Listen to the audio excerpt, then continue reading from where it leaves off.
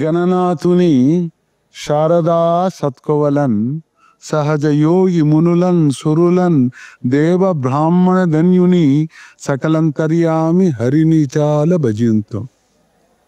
ಸದ್ಗುರು ಯೋಗಿ ನಾರಾಯಣ ಯತೀಂದ್ರರ ಪಾದದಲ್ಲಿ ಮಾನಸಿಕ ಪೂಜೆಯನ್ನು ಮಾಡುತ್ತಾ, ಎಲ್ಲ ಭಕ್ತಾದಿಗಳೇ, ಸದ್ಗುರುಗಳು ಎಲ್ಲರೂ ನಾವು ಶಿಷ್ಯರು. ಈ ಜೀವ ನಾವೆಲ್ಲ ಶಿಷ್ಯರಾಗಿ ಬಂದಿದ್ದೇವೆ. ಶಿಷ್ಯರಾಗಿ ಬಂದ ಮೇಲೆ ಗುರುವನ್ನೇ ನಾವು ದೃಷ್ಟಿಯಲ್ಲಿ ನೋಡ್ತಾ ಇರುವಂಥ ಶಿಷ್ಯರು. ಅವರು ಏನು ನುಡಿ ಕೇಳಬೇಕು, ಅದನ್ನು ಸಾಧನೆ ಮಾಡಬೇಕು ಅಂತಕ್ಕಂಥದ್ದೇ ಶಿಷ್ಯರ ಒಂದು ಗುರಿ ಆಗಿರಬೇಕು. ಶಿಷ್ಯ ಮತ್ತು ಗುರುಗಳ ಒಂದು ಸಂಬಂಧ ಬೆಳೆಸ್ತಾ ಇರಬೇಕು. ಈ ಜೀವ ಇಲ್ಲಿ ಅರ್ಥ ಮಾಡ್ಕೊಳ್ಳೋದೇ ಭಾರಿ ಕಷ್ಟ. ಯಾವುದು ನನ್ನ ಜೀವ? ಜೀವದ ಬಗ್ಗೆ ಸ್ವಲ್ಪ ಚಿಂತನೆ ಮಾಡಿದ್ರೆ ಒಬ್ಬ ಭಾರಿ ಕಷ್ಟ ಬಿದ್ದು ಅವ್ರ ಹೊಲದಲ್ಲಿ ಬೆಳೆಸಿ ಕಷ್ಟ ಬಿದ್ದು ತರಕಾರಿ ಇದು ಏನೇನು ಬೆಳೀತಾ ಇದ್ದಾನೋ ಇದೆಲ್ಲ ತೆಗೆದುಕೊಂಡು ಸಂತೆಗೆ ಬೆಳಿಗ್ಗೆ ಹೊರಡ್ತಾರೆ. ಎಲ್ಲ ಹಿಂದೆ ಮೂಟೆಯನ್ನು ಕಟ್ಕೊಂಡು ಸಂತೆಗೆ ಹೋಗ್ತಾ ಇದ್ದಾನೆ. ಸಂತೆಗೆ ಹೋದಾಗ ಈ ಮೂಟೆಯಲ್ಲಿ ಇರ್ತಕ್ಕಂಥ ಎಲ್ಲ ತರಕಾರಿಗಳು ಏನೇನು ಬೆಳೆ ಆಗಿದೆಯೋ ಅವೆಲ್ಲ ಮಾರಬೇಕು ಅಂತ ಹೋಗ್ತಾ ಇದ್ದಾನೆ. ಅವನ ದೃಷ್ಟಿ ಎಲ್ಲ ಅದನ್ನು ಮಾರಬೇಕು, ಆ ಮಾರಾಟದಿಂದ ನನ್ನ ಸಂಸಾರವನ್ನು ರಕ್ಷಣೆ ಮಾಡಬೇಕು, ಬೆಳವಣಿಗೆ ಮಾಡಬೇಕು, ಎಲ್ಲ ತೃಪ್ತಿಯನ್ನು ಮಾಡಬೇಕು ಅಂತ ಅವನ ದೃಷ್ಟಿಯಲ್ಲಿ ಅಷ್ಟೆಲ್ಲ ಮಾಡ್ಕೊಂಡು ಬಂದಿದ್ದಾನೆ. ಮಧ್ಯಾಹ್ನವರೆಗೂ ಅಲ್ಲಿಂದ ಬದ್ದಿರೋದೇ ನಡ್ಕೊಂಡು ಬಂದಿದ್ದಾನೆ. ಬೇಕಾದಷ್ಟು ಆ ಒಂದು ಸೂರ್ಯನ ಬೆಳಕಿಂದ ಬಾಯಾರಿಕೆ ಆಗಿದೆ, ಆದರೂ ಕಷ್ಟದಿಂದ ಬಂದ್ಬಿಟ್ಟಿದ್ದಾನೆ. ಇವಾಗ ಇದೆಲ್ಲ ಎಲ್ಲ ಮಾರಿ ಇನ್ನ ಹೋಗುವಾಗ ಏನೇನು ಖರೀದಿಯನ್ನ ಅವ್ರನ್ನ ಸಂತೋಷವನ್ನ ಮಾಡೋದಕ್ಕೆ ಏನೇನು ಖರೀದಿ ಮಾಡಬೇಕೋ ಅದೆಲ್ಲವನ್ನು ಮಾಡಿಕೊಂಡು ಅಷ್ಟೊತ್ತಿಗೆ ಸಾಯಂಕಾಲ ಆಗ್ಬಿಟ್ಟಿದೆ. ಆ ಮೂಟೆಯನ್ನ ತೆಗೆದುಕೊಂಡು ಇನ್ನು ಮನೆಗೆ ಹೋಗ್ತಾ ಇದ್ದಾರೆ. ಈ ಸಂಸಾರ, ಈ ಒಂದು ಸಂತೆ ಇದೇ ನಮ್ಮ ಬದುಕು ಅಂತ ತಿಳ್ಕೊಳ್ಳಿ.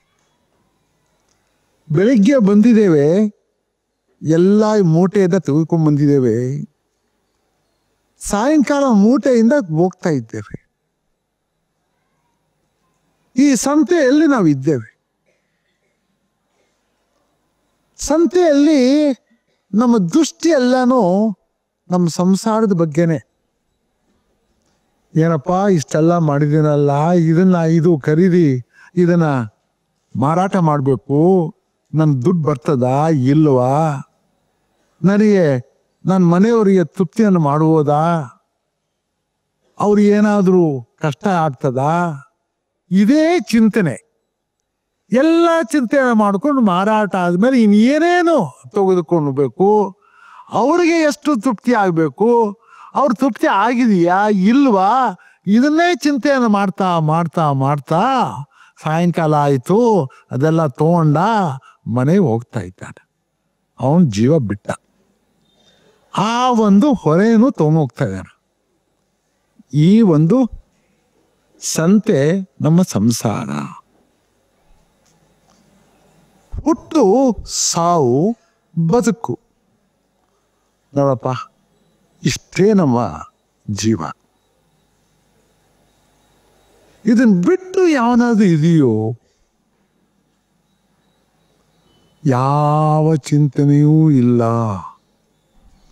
ಅವ್ರು ಬಂದಿದ್ದಾನೆ, ಸಂತೆಯಲ್ಲಿದ್ದಾನೆ, ಏನಾದರೂ ಪರಮಾತ್ಮ ಇದ್ದಾನೆ, ಅವನ ಜೀವ, ಈ ನನ್ನ ಜೀವ ಕೊಟ್ಟಿದ್ದಾನೆ, ಅವನ ಬಗ್ಗೆ ಏನಾದರೂ ಒಂದು ಕ್ಷಣ ಚಿಂತನೆ ಮಾಡಿದ್ದೇನೋ? ಇಲ್ಲ. ಮಾಯೆ ಬಂತು, ಬರೇ ಸಂಸಾರದ ಬಗ್ಗೆ ಚಿಂತನೆ ಆಯಿತು, ಇನ್ನು ಹೊರಟಿದ್ದೇನೆ, ಇನ್ನು ಹೊಸ ಬದುಕು ಶುರು ಆಯಿತು. ಇನ್ನು ಎಲ್ಲಿ ಹುಟ್ಟತೇನೋ, ಏನಾಗ್ತದೋ ಏನು ಅಂತ ಹೇಳಿ. ಇನ್ನು ಇಂಥ ಒಂದು ಹುಟ್ಟು ಸಾವು ಯಾವಾಗ ಪರಮಾತ್ಮ ಈ ಜೀವವನ್ನು ಸೃಷ್ಟಿಯನ್ನು ಮಾಡಿದ್ದಾನೋ, ಇಂಥ ಸಂತೆ ಸಾವಿರಾರು ಆಗ್ಬಿಟ್ಟಿದ್ದಾವೆ, ಲಕ್ಷಾಂತರ ಆಗ್ಬಿಟ್ಟಿದ್ದಾವೆ. ಆದರೂ ಕೂಡ ಯಾರು ಈ ಜೀವನ ಕೊಟ್ಟಿದ್ದಾನೆ ಅಂತಕ್ಕಂಥ ಚಿಂತನೆ ಇಲ್ಲಿವರೆಗೂ ಯಾರೂ ಮಾಡಿಲ್ಲ, ನಾನು ಮಾಡಿಲ್ಲ.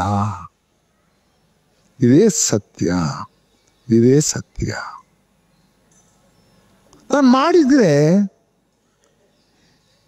ಈ ಸಂತೆಯಿಂದ ಆಚೆ ಬರೋದು ಯಾವ ರೀತಿ ಅಂತ ಚಿಂತನೆ ಮಾಡಬೇಕಾಗಿತ್ತು. ಆ ಚಿಂತನೆ ಮಾಡಿದ್ದೇನು? ಸಾಕಪ್ಪ, ಎಷ್ಟು ದಿನ ನಾನು ಈ ಸಂತೆನಲ್ಲಿ ಇರಬೇಕು? ಬೆಳಿಗ್ಗೆಯಿಂದ ಸಾಯಂಕಾಲ ಇರಬೇಕು, ಹೋಗ್ತಾ ಇರಬೇಕು, ತಿರ್ಗಾ ಬರ್ತಾ ಇರಬೇಕು, ತಿರ್ಗಾ ಇಲ್ಲೇ, ಇಷ್ಟೇ ಹೊರ್ತು ಇನ್ನೇನಾದ್ರೂ ಬೇರೆ ಇದೆಯೋ? ಆ ಸಂತೆ ಬಿಟ್ಟು ಬೇರೆ ಏನಾದ್ರೂ ಇದೆಯೋ? ಈ ಪ್ರಪಂಚ ಎಷ್ಟು, ವಿಶ್ವ ಎಷ್ಟು ದೊಡ್ಡದು, ಈ ಬ್ರಹ್ಮಾಂಡ ಎಷ್ಟು ದೊಡ್ಡದು, ಅದ್ರ ಬಗ್ಗೆ ಚಿಂತನೆ ಮಾಡಿದ್ದೇನೋ? ಇಂಥ ಸಂಸಾರಗಳು ಎಷ್ಟು ಜನ ಇದ್ದಾರೋ, ಎಷ್ಟು ಜನ ಏನೇನಾಗಿದ್ದಾರೋ ಅದ್ರ ಬಗ್ಗೆ ಚಿಂತನೆ ಮಾಡಿದ್ದೇನೋ? ಈ ಚಿಂತನೆ ಎಲ್ಲವನ್ನೂ ಕೂಡ ಮಾಯೆಯಿಂದ ಮರೆತು ನಾವು ಅದೇ ಸತ್ಯ ಅಂತ ನಾವು ತಿಳ್ಕೊಂಡ್ಬಿಟ್ಟಿದ್ದೇವೆ. ನಾನು ಬದುಕಿರೋದೇ ಸಂಸಾರಗೋಸ್ಕರ, ನನಗೋಸ್ಕರ. ಅದರಿಂದಾಗಿ ಈ ಅಜ್ಞಾನವನ್ನು ನಾವು, ಇದು ನಮ್ಮಲ್ಲಿ ಬಂದ್ಬಿಟ್ಟಿದೆ.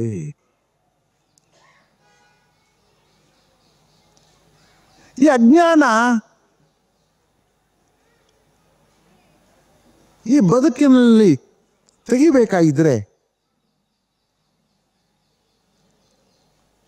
ಈ ಸಂತೆಯಿಂದ ಆಚೆ ಬರಬೇಕಾಗಿದ್ರೆ ಏನು ಮಾಡಬೇಕು ಅಂತ ನಾವೆಲ್ಲರೂ ಇವತ್ತಿನ ದಿವಸ ಸೇರಿದ್ದೇವೆ. ಈ ಚಿಂತನೆ, ಸಂತೆಯಲ್ಲಿ ಬಂದಿದ್ದೇವೆ, ಆಯ್ತಪ್ಪ, ಸಾಯಂಕಾಲ ಹೋಗ್ತಾ ಇದ್ದೇವೆ, ಇನ್ನು ಸಮಯ ಬಂದಿದೆ, ಇವಾಗ ಸ್ವಲ್ಪ ನಾನು ಚಿಂತನೆ ಮಾಡ್ತಾ ಇದ್ದೇನೆ. ಏನಪ್ಪ, ನಾನು ಇನ್ನು ಹೋಗ್ಬೇಕಲ್ಲ, ಯಾರು ಇದಕ್ಕೆಲ್ಲ ಕಾರಣ?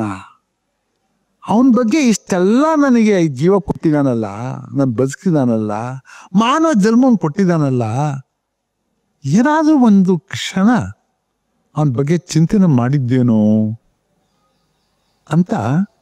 ಅದೇ ಅಜ್ಞಾನ ತೆಗೆದು ಹಾಕೋನು ಯಾರು? ಈ ಉಪದೇಶವನ್ನು ಮಾಡೋನು ಯಾರು? ಈ ಉಪದೇಶವನ್ನು ಮಾಡುವಂಥ ವ್ಯಕ್ತಿ ಯಾರು? ಅಂತ ಜ್ಞಾನಿ ಯಾರು? ನನಗೆ ಅದನ್ನ ಮರ್ಮವನ್ನ ತೋರಿಸ್ಕೊಡೋನು ಯಾರು? ಇವಾಗ ಒಂದಕ್ಕೊಂದು ನಮ್ಮ ಚಿಂತನೆ ಜಾಸ್ತಿ ಆಗ್ತಾ ಹೋಗ್ತಾ ಇದೆ. ಯಾಕೆಂದ್ರೆ ಅದ್ರ ಬಗ್ಗೆ ಚಿಂತನೆ ಮಾಡಿಲ್ಲ. ಇವಾಗ ಪ್ರಾರಂಭ ಮಾಡಿದ್ದೇನೆ,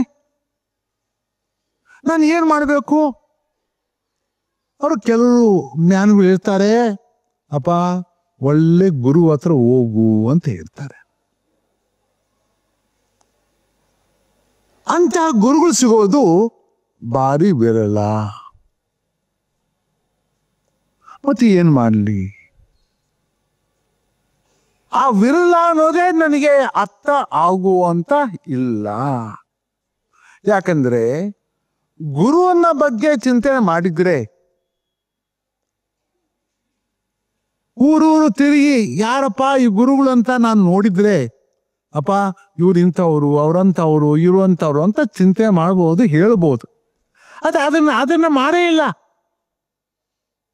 ಯಾರಾದ್ರೂ ಬಂದು ಸನ್ಯಾಸಿ ಬಟ್ಟೆ ಹಾಕಿದ್ರೆ ಅವರೇ ಗುರುಗಳ? ಸ್ವಾಮಿ ಅವ್ರ ಹತ್ರ ಹೋಗ್ಬಿಡೋಣ, ಸಾಷ್ಟಾಂಗ ನಮಸ್ಕಾರ ಮಾಡೋಣ. ಅವನಿಗೆ ಆತ್ಮಚಿಂತನೆ ಗೊತ್ತಿದೆಯೋ? ನೀನು ಅವ್ರ ಚಿಂತನೆ, ಅವರು ಆ ಒಂದು ಆಕಾರ, ಬಟ್ಟೆಯಾದ ಆಕಾರ ಏನಿದೆ ಅವ್ರು ಹಾಕೊಂಡ್ ಬಂದ್ಬಿಟ್ಟಿದ್ದಾರೆ. ಓ ಸ್ವಾಮಿ ಇವರೆಲ್ಲರೂ ಗೊತ್ತಿದೆ, ಪರಮಾತ್ಮ ನೋಡ್ಬಿಟ್ಟಿದ್ದಾನೆ ಅಂತ ನಿನ್ನ ಚಿಂತನೆ. ಅದೇ ಹೋದಾಗ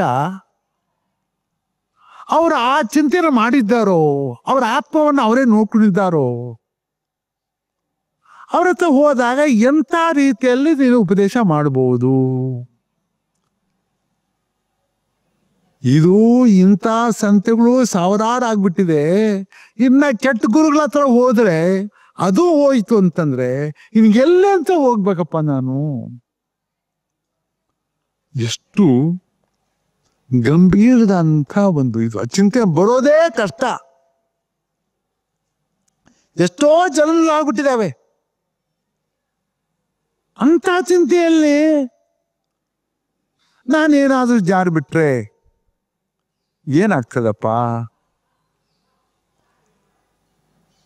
ಒಳ್ಳೆ ಗುರುಗಳ ಒಂದು ಅನುಭವವಂತ ಆಗಿರ್ತಕ್ಕಂಥ ಗುರುಗಳ ಸಿಗೋದು ಭಾರಿ ವಿರಳ ಅಂತ ಸ್ವಲ್ಪ ಜ್ಞಾನಿಗಳು ಹೇಳ್ತಾ ಇದ್ದಾರೆ. ಮತ್ತೆ ಎಲ್ಲಿ ಸ್ವಾಮಿ ಹೋಗ್ಲಿ? ಎಲ್ಲಿಂದ ಹುಡ್ಕೊಂಡು ಹೋಗ್ಲಿ? ಇದು ನಮ್ಮೆಲ್ಲರ ಪ್ರಶ್ನೆ. ಯಾಕಂದ್ರೆ ಅಂಥ ಗುರುಗಳು ಯಾವ ಆಡಂಬರಗಳು ಅವರು ಇದಕ್ಕೆ ಒಪ್ಪೋದಿಲ್ಲ. ಅವರಿಗೆ ದೃಷ್ಟಿ ಯಾವ ವಿಶ್ವದಲ್ಲಿ ಇರ್ತಕ್ಕಂಥ ಬಹಿರಂಗ ಪ್ರಪಂಚ ಏನಿದೆ ಅದರ ಬಗ್ಗೆ ಚಿಂತನೆ ಇಲ್ಲ. ಅವರೇ ನಿಜವಾದಂಥ ಗುರು. ಅವರಿಗೆ ಏನೇ ನೀನು ನೋಡ್ತಿದೆಯೋ ಇಲ್ಲಿ, ಸಂಪತ್ತು, ಇದು ಹಣ, ದುಡ್ಡು ಎಲ್ಲ ಏನೇನ್ ನೋಡ್ತಿದೆಯೋ ಯಾವುದೂ ಇದರ ಬಗ್ಗೆ ಚಿಂತನೆ ಇಲ್ಲ. ಇದು ಎಲ್ಲ ಮಾಯ ಪ್ರಪಂಚ ಅಂತ ಅವರು ತಿಳ್ಕೊಂಡಿದ್ದಾರೆ. ಇದರ ಬಗ್ಗೆ ಅವ್ರ ಗಮನ ಇಲ್ಲ. ಮತ್ತೆ ಎಲ್ಲನೇ ಗಮನ ಅವ್ರದು? ಗುರುಗಳ ಗಮನ ಎಲ್ಲಿದೆ? ಅವರ ಗಮನ ಅಂತರಂಗದಲ್ಲಿದೆ. ಇದು ಬಹಿರಂಗ. ಈ ಬಹಿರಂಗದಲ್ಲಿ ನಾವೆಲ್ಲವನ್ನು ನೋಡ್ತಾ ಇದ್ದೇವೆ. ಎಲ್ಲಾ ಸಂಬಂಧಗಳು, ಎಲ್ಲಾ ಮಿತ್ರರು, ಇವರು ಅವರು, ಶ್ರೀಮಂತರು, ಇವರು ಅವರು, ಅದಕ್ಕಾದಲ್ಲಿರ್ತಕ್ಕಂಥವ್ರು ಎಲ್ಲವನ್ನ ನೋಡ್ತಾ ಇದ್ದೇವೆ. ಇದೆಲ್ಲ ಈ ಮಾಯಾ ಪ್ರಪಂಚದಲ್ಲಿ ಎಲ್ಲ ನೋಡ್ತಾ ಇದ್ದೇವೆ. ಅಂಥ ಗುರುಗಳು ಯಾರು ಅಂತರಂಗ ನೋಡುತ್ತಾ ಇರ್ತಾರೋ ಮನಸ್ಸಿಗೆ ಮಾಯೆ ಇಲ್ಲದೆ ಇರ್ತಕ್ಕಂಥ ಮನಸ್ಸು, ಒಂದು ಸ್ಥಿರವಾಗಿ ನಿಲ್ಲುವಂಥ ಮನಸ್ಸು. ಮಾಯೆ ಇದೆಲ್ಲ ತೋರಿಸ್ತಾ ಇರ್ತದೆ. ಮಾಯೆ ಹೋದ್ಮೇಲೆ ಇದು ಯಾವುದೂ ನೋಡೋದಿಲ್ಲ. ಮನಸ್ಸು ಸ್ಥಿರವಾಗಿ ನಿಂತು ಬಿಡ್ತದೆ. ಶುಕ ಮಹರ್ಷಿಗಳು ಒಂದು ಕಥೆ ಚೆನ್ನಾಗಿದೆ. ವ್ಯಾಸರು ಹೋಗ್ತಾ ಇದ್ದಾರೆ ಮುಂದೆ. ಶುಕ ಮಹರ್ಷಿ ಅವರು ಅವಧೂತ ಹೋಗ್ತಾ ಇದ್ದಾನೆ, ಬರೀ ಬೆತ್ತಲು ಹೋಗ್ತಾ ಇದ್ದಾನೆ. ಅಲ್ಲಿ ಕೆಲವರು ಆ ಸ್ತ್ರೀಗಳು ಸ್ನಾನ ಮಾಡ್ತಾ ಇರ್ತಾರೆ, ದೇವತೆಗಳು ಸ್ನಾನ ಮಾಡ್ತಾ ಇರ್ತಾರೆ, ಬಟ್ಟೆ ಇಲ್ಲದೆ ಸ್ನಾನ ಮಾಡ್ತಾ ಇರ್ತಾರೆ. ಅವರಿಗೆ ಯಾವ ಗಮನನೂ ಇಲ್ಲ. ಹಿಂಗೆ ಹೋಗಿ ಇವನು ಬೆತ್ತಲಲ್ಲಿ ಹೋಗ್ತಾ ಇದ್ದಾನೆ ಅಂತ ಅವ್ರಿಗೂ ಗಮನ ಇಲ್ಲ. ಇವರು ಅವ್ರು ಏನ್ ಮಾಡ್ಬೇಕು, ಅವರು ಸ್ನಾನ ಮಾಡ್ತಾ ಕೂತ್ಕೊಂಡಿದ್ದಾರೆ, ಸಂತೋಷದಲ್ಲಿ ಇದ್ದಾರೆ. ವ್ಯಾಸ ಮಹರ್ಷಿಗಳು ಹಿಂದೆ ಅಪ್ಪ ನನ್ನ ಮಗ ಹೋಗ್ತಾ ಇದ್ದಾನೆ, ಅಪ್ಪ ಸುಖ ಸುಖ ಅಂತ ಕೂಗ್ಕೊಂಡು ಹೋಗ್ತಾ ಇದ್ದಾನೆ. ಅವ್ರು ಹೋಗ್ತಾನೆ ಇದ್ದಾರೆ. ಹಿಂದಿಡೆ ಇವರು ಬರ್ತಾ ಇದ್ದಾರೆ. ಇವರು ಸ್ವಲ್ಪ ನೋಡಿದ್ರು, ಅಲ್ಲಿ ನಿಂತ್ಬಿಟ್ರು. ಏನಮ್ಮ, ನನ್ನ ಮಗ ಹೋಗ್ತಾ ಇದ್ದಾನೆ, ನೀವು ನಾನು ನಿಮ್ಮ ನೋಡಿದ ತಕ್ಷಣ ನೀವು ಎಲ್ಲ ಮುಚ್ಕೊಂತ ಇದ್ದೀರಲ್ಲ, ನಿಮ್ಮ ದೇಹ ಎಲ್ಲನೂ. ನಾನು ಒಬ್ಬ ಮುದುಕ, ಅವನು ಇನ್ನು ಚಿರಂಜೀವಿ. ಅವನು ಹೋಗ್ತಾ ಇರೋ ನಿಮಗೇನು ಅನಿಸ್ಲಿಲ್ಲ, ನಾನು ಹೋದಾಗ ನಿಮಗೆಲ್ಲ ಅನಿಸ್ಬಿಡ್ತಾನಪ್ಪ ಅಂತ. ಅವ್ರಂತಾರೆ, ಸ್ವಾಮಿ, ಅವ್ರ ಮನಸ್ಸು ದೇವ್ರ ಹತ್ರ ಇತ್ತು, ಇಲ್ಲಿಲ್ಲ. ನಿಮ್ಮ ಮನಸ್ಸು ಇಲ್ಲಿದೆ ನೋಡಪ್ಪ. ಮನಸ್ಸು ಎಷ್ಟು ಅದರ ಒಂದು ಪ್ರಭಾವ, ಆ ಮನಸ್ಸೇ ಎಲ್ಲದಕ್ಕೂ ಕಾರಣ ಅಂತ ಅಂತಾರೆ. ಮನಸ್ಸು ಸ್ಥಿರವಾಗಿ ನಿಲ್ಲಿಸ್ತಾ ಇದ್ರೆ ಅವನಿಗೆ ಏನೋ ಸಾಧ್ಯವಿಲ್ಲ. ಅಂಥವೇ ಮನಸ್ಸು. ಅಂಥ ಮನಸ್ಸನ್ನ ಅಂಥವರು ಯಾವ ಆಡಂಬರಕ್ಕೂ ಬೇಕಾಗಿಲ್ಲ. ಯಾರು ಆಡಂಬರದಲ್ಲಿ ಇರ್ತಾರೋ ಅವರು ನಿಜವಾದಂಥ ಗುರುಗಳು ಅಲ್ಲ. ನೋಡಪ್ಪ, ಭಾರಿ ಸ್ಪಷ್ಟವಾಗಿ ಇರ್ತಾ ಇದ್ದಾರೆ. ಯಾವ ಆಡಂಬರದಲ್ಲಿ ಇರ್ತಾರೋ ಅವರು ನಿಜವಾದಂಥ ಗುರುಗಳು ಅಲ್ಲ, ವೇಷಧಾರಿ ಗುರುಗಳು.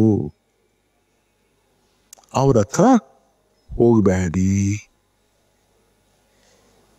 ನೀವು ಏನಾದ್ರೂ ಜಾರ್ ಬಿಟ್ರೆ ಒಳ್ಳೆ ಗುರು ಬರ್ಬೇಕಾದ್ರೆ ಇನ್ನೆಷ್ಟು ಜನ್ಮ ಎತ್ತಬೇಕು ನೀವು. ಕೆರ್ಸೋದಿಕ್ಕೆ ಭಾರಿ ಸುಲಭ, ಆದರೆ ಒಳ್ಳೆಯವನ ಹತ್ರ ಹೋಗ್ಬೇಕಾದ್ರೆ ಎಷ್ಟು ಕಷ್ಟ ಬೀಳ್ಬೇಕು. ಸಾಮಾನ್ಯದಂಥದ್ದಲ್ಲ. ಯಾಕಂದ್ರೆ ಅವನ ಮನಸ್ಸು ಹೆಂಗಿರ್ತದೆ ನೋಡಪ್ಪ. ಇದು ನಾವು ಕೀರ್ತನೆಗಳು ಮಾಡ್ತೇವೆ, ಭಜನೆ ಮಾಡ್ತೇವೆ, ಏನಪ್ಪ, ಕೀರ್ತನೆ ಮಾಡ್ತೇವೆ, ಭಜನೆ ಮಾಡ್ತೇವೆ, ಪಠನೆ ಮಾಡ್ತಾರೆ, ಶ್ರವಣ ಮಾಡ್ತೇವೆ. ಎಲ್ಲವೂ ಕೂಡ ನಿಜವಾದಂಥ ಗುರು ಅದರ ಬಗ್ಗೆ ಗಮನ ಇರೋದಿಲ್ಲ. ಈ ನಟನೆ ಆಗ್ಬಿಟ್ರೆ ಅದು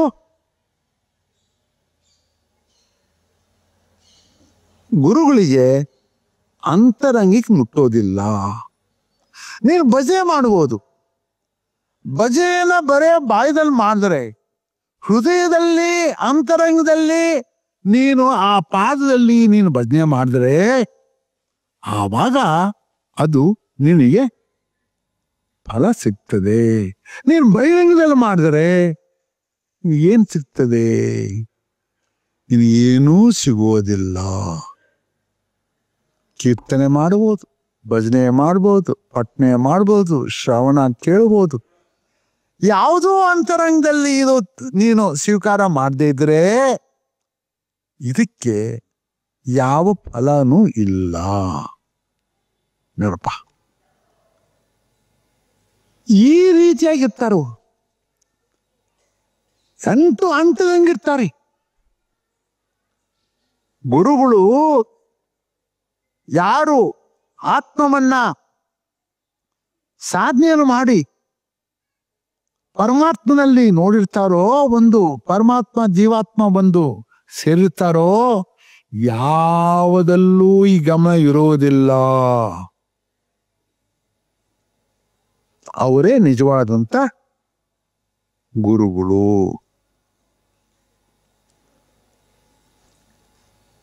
ಅವರು ಸ್ವಾಮಿ, ಇವಾಗ ತಾತಯ್ಯನವರು ಒಂದು ಉದಾಹರಣೆ.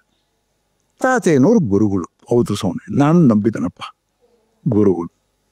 ಆದರೆ ಜೀವ ಸಮಾಧಿಯಾಗಿ 190 ವರ್ಷ ಆಯಿತು. ಎಷ್ಟಪ್ಪ ಆಯಿತು? 190 ವರ್ಷ ಆಗಿದೆ. ಸ್ವಾಮಿ, ಇವಾಗ ಅವ್ರ ರೂಪ ಇದೆಯೋ? ಇವಾಗ ಒಂದು ದೊಡ್ಡ ಪ್ರಶ್ನೆ. ರೂಪ ಇದೆಯೋ, ನೀನ್ ನೋಡಿದೆಯೋ? ಯಾವ ರೂಪ ಅದು ಅಂತ ಒಂದು ದೊಡ್ಡ ಪ್ರಶ್ನೆ. ನಿನ್ನ ಮನಸ್ಸಿನಲ್ಲಿ ರೂಪ ಆಗ್ತದೋ? ಯಾವ ರೀತಿ ಸ್ವರೂಪ ಇರ್ತದೆ ಸ್ವಲ್ಪ ಚಿಂತೆ ಮಾಡಿದ್ಯೋ? ಜ್ಞಾನವು ಹೇಳ್ತಾರಪ್ಪ, ಅದು ಯಾವಾಗ ನಿನ್ನ ಮನಸ್ಸಿನಿಂದ ಆ ರೂಪ ನೋಡ್ಬೇಕು ಅಂತ ನೀ ಚಿಂತನೆ ಮಾಡ್ತೀಯೋ, ನಿಮಗೆ ಆ ರೂಪ ಸಿಗ್ತದೆ ಅಂತ ಹೇಳ್ತಾರೆ. ಒಂದು ಉದಾಹರಣೆ ಕೊಡ್ತಿದ್ರು. ಇವಾಗ ನೀರಿದೆ, ನೀರನ್ನ ಒಂದು ಐಸ್ನಲ್ಲಿ ಇದೆಲ್ಲ ಹಾಕ್ಬಿಟ್ಟು ಆ ನೀರೇನಾಗ್ತದೆ, ಗಡ್ಡೆ ಆಗ್ತದೆ. ಗಡ್ಡೆ ಆದ್ಮೇಲೆ ಒಂದು ರೂಪ ಬಂತು, ಹೌದೇನಪ್ಪ? ರೂಪ ಬಂತು. ತಿರ್ಗಾ ಗಡ್ಡೆ ಆಚೆ ಇಕ್ಬಿಡು, ಈ ಐಸಿನ ಗಡ್ಡೆ ತಿರ್ಗಾ ಕರಿಬಿಡ್ತದೆ. ನೀರಿಗೆ ರೂಪ ಇದೆಯೋ? ನಿನಗೆ ರೂಪ ಬೇಕಾಗಿತ್ತು ಅಂದ್ರೆ ನೀನು ಸಾಧನೆ ಮಾಡು. ಆ ರೂಪ ನನ್ ಬೇಕು ಅಂತ ನೀನು ಸಾಧನೆ ಮಾಡು, ನೀನು ಸಿಗ್ತದೆ. ನೀನು ಸಾಧನೆ ಮಾಡುದಿಲ್ಲ ಅಂತಂದ್ರೆ ಅದು ನೀವಾಗಿರ್ತದೆ. ಯಾಕೆ? ನಿರಾಕಾರ. ಅವನು ಪರಮಾತ್ಮ ನಿರಾಕಾರದಲ್ಲಿ ಇರ್ತಾನೆ. ನಿನ್ನ ಮನಸ್ಸು ಹೆಂಗಿದೆಯೋ ಆ ರೂಪವನ್ನ ಕೊಡ್ತಾನೆ ನಿನಗೆ. ಭಗವದ್ಗೀತೆಯಲ್ಲಿ ಹೇಳ್ತಾರೆ,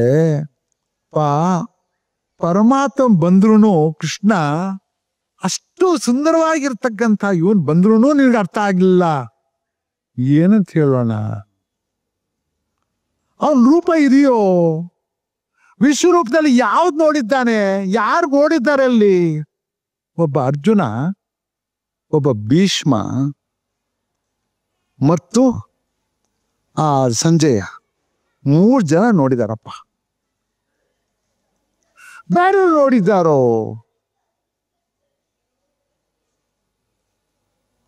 ಏನ್ ಸ್ವಾಮಿ? ಆ ರೂಪವನ್ನ ನೋಡದೇ ಇರ್ತಕ್ಕಂಥ ದ್ರೋಣಾಚಾರ್ಯರು ಆಗಲಿಲ್ಲ, ಆಚಾರ್ಯರು ಅವರೂ ಆಗಲಿಲ್ಲ. ಅಂತ ರೂಪವನ್ನ ಅಂದ್ರೆ ನಿನ್ನ ಮನಸ್ಸು ಹೆಂಗಿರ್ಬೇಕು? ನಿಂದು ಮನಸ್ಸು ಸ್ಥಿರವಾಗಿರ್ಬೇಕು, ಮನಸ್ಸು ಸ್ಥಿರವಾಗಿ ನಿಲ್ಬೇಕು. ಅದೇ ಸಾಧನೆ, ಅದೇ ಸಾಧನೆ. ಅದು ಇಲ್ಲ ಅಂತಂದ್ರೆ ನೀನು ರೂಪ ನಿನ್ ಸಿಗುವುದಿಲ್ಲ. ನೋಡಪ್ಪ, ಎಷ್ಟು ಗುರುಗಳ ಒಂದು ಹೆಂಗಿರ್ತದೆ ಅದು. ಅಷ್ಟು ಸುಲಭ ಅಂತ ತಿಳ್ಕೋಬೇಡಿ ಅವರ ಹತ್ರ. ಅವ್ರ ಬಗ್ಗೆ ಅದಕ್ಕೋಸ್ಕರನೇ ತಾತಯ್ಯನವ್ರು ಅಂತಾರೆ, ಗುರು ಬಗ್ಗೆ ಚಿಂತನೆ ಮಾಡ್ತಾ ಹೋಗಪ್ಪ, ಮಾಡ್ತಾ ಹೋಗು. చింతాలన్నీయో విడిచి శ్రీ గురు నీయే వేళ చింతా చేయవే నీవు మనసా. చింతా చేసిన ఎప్పుడే సిద్ధించు పరమ పదవి శీఘ్రమున తెలియవే మనసా. ನೀವು ಚಿಂತನೆ ಮಾಡ್ತಾ ಹೋಗು. ಯಾವಾಗೋ ಒಂದ್ಸತಿ ಅವ್ನ ರೂಪ ಸಿಗ್ತದಪ್ಪ, ಸಾಮಾನ್ಯವಾಗಿ ಸಿಗೋದಿಲ್ಲ. ಸಾಧನೆಯಲ್ಲಿ ಮಾತ್ರ ನಿನಗೆ ಸಿಗ್ತದೆ, ಇಲ್ಲ ಅಂದ್ರೆ ಇಲ್ಲ. ನೋಡಪ್ಪ, ಇದು ಹೆಂಗಿದೆ? ಇದು ಇಂಥ ಒಂದು ಗುರುಗಳ ಒಂದು ಅನುಗ್ರಹ ಪಡಿಬೇಕಾದ್ರೆ ಭಾರಿ ಕಠಿಣ. ಏನ್ ಮಾಡ್ಬೇಕು? ನಂಬಿಕೆನೆ ಅದಕ್ಕೆ ಮೂಲ, ಮರ್ಮ ಅಂತಂದ್ರು. ಗುರು ನಂಬು ಅಂದ್ರು. ಯಾಕೆ ನಂಬು ಅಂತಾರೆ? ನೀನ್ ನೋಡಿಲ್ಲ ಆದ್ರೆ ನಂಬು, ಅವನಿದ್ದಾನೆ ಅಂತ ನೀನ್ ನಂಬು. ಪರಮಾತ್ಮ ನೋಡಿದೀಯೋ? ನೀನು ಸೃಷ್ಟಿ ಮಾಡಿದ್ದಾನೆ, ನೀನ್ ನೋಡಿದೀಯೋ? ಇಲ್ಲ. ಅದೇ ನೀನ್ ನಂಬ್ತಾ ಇದೆಯಾ? ಗುರು ಏನು ಪರಮಾತ್ಮ ಇದ್ದಾನಪ್ಪ, ಇದ್ದಾನೆ. ಯಾಕೆ? ನೀನು ನೋಡ್ತಾ ಇದ್ದೀಯಾ ಸ್ವಾಮಿ? ಹೌದು, ನಾವು ಎಲ್ಲರೂ ಹುಟ್ಟಿಸಿದ್ದಾನೆ, ಎಲ್ಲರೂ ಸಮಭಾವನೆಯಿಂದ ಹುಟ್ಟಿಸಿದಾನು. ಮಾನವ ಜನ್ಮ ಬಂದಿದೆಯಪ್ಪ. ಹೌದು, ಎಷ್ಟೋ ಬೇರೆ ಬೇರೆ ಜನ್ಮಗಳಿದ್ದಾವೆ. ಆಗಲಿ, ಮಾನವ ಜನ್ಮ ಒಂದು ಮಾತಾಡೋಣ. ನನಗೆ ಇನ್ಯಾವ ಜನ್ಮ ಗೊತ್ತಿಲ್ಲ ನನಗೆ, ಯಾಕೆಂದರೆ ಅದು ಮಾಯೆ, ನನಗೆ ಗೊತ್ತಿಲ್ಲ. ಮಾನವ ಜನ್ಮ ಬಂದಿದ್ದೇನೆ. ಎಲ್ಲ ಮಾನವ ಜನ್ಮ ಒಂದೇನಾ? ಎಲ್ಲರೂ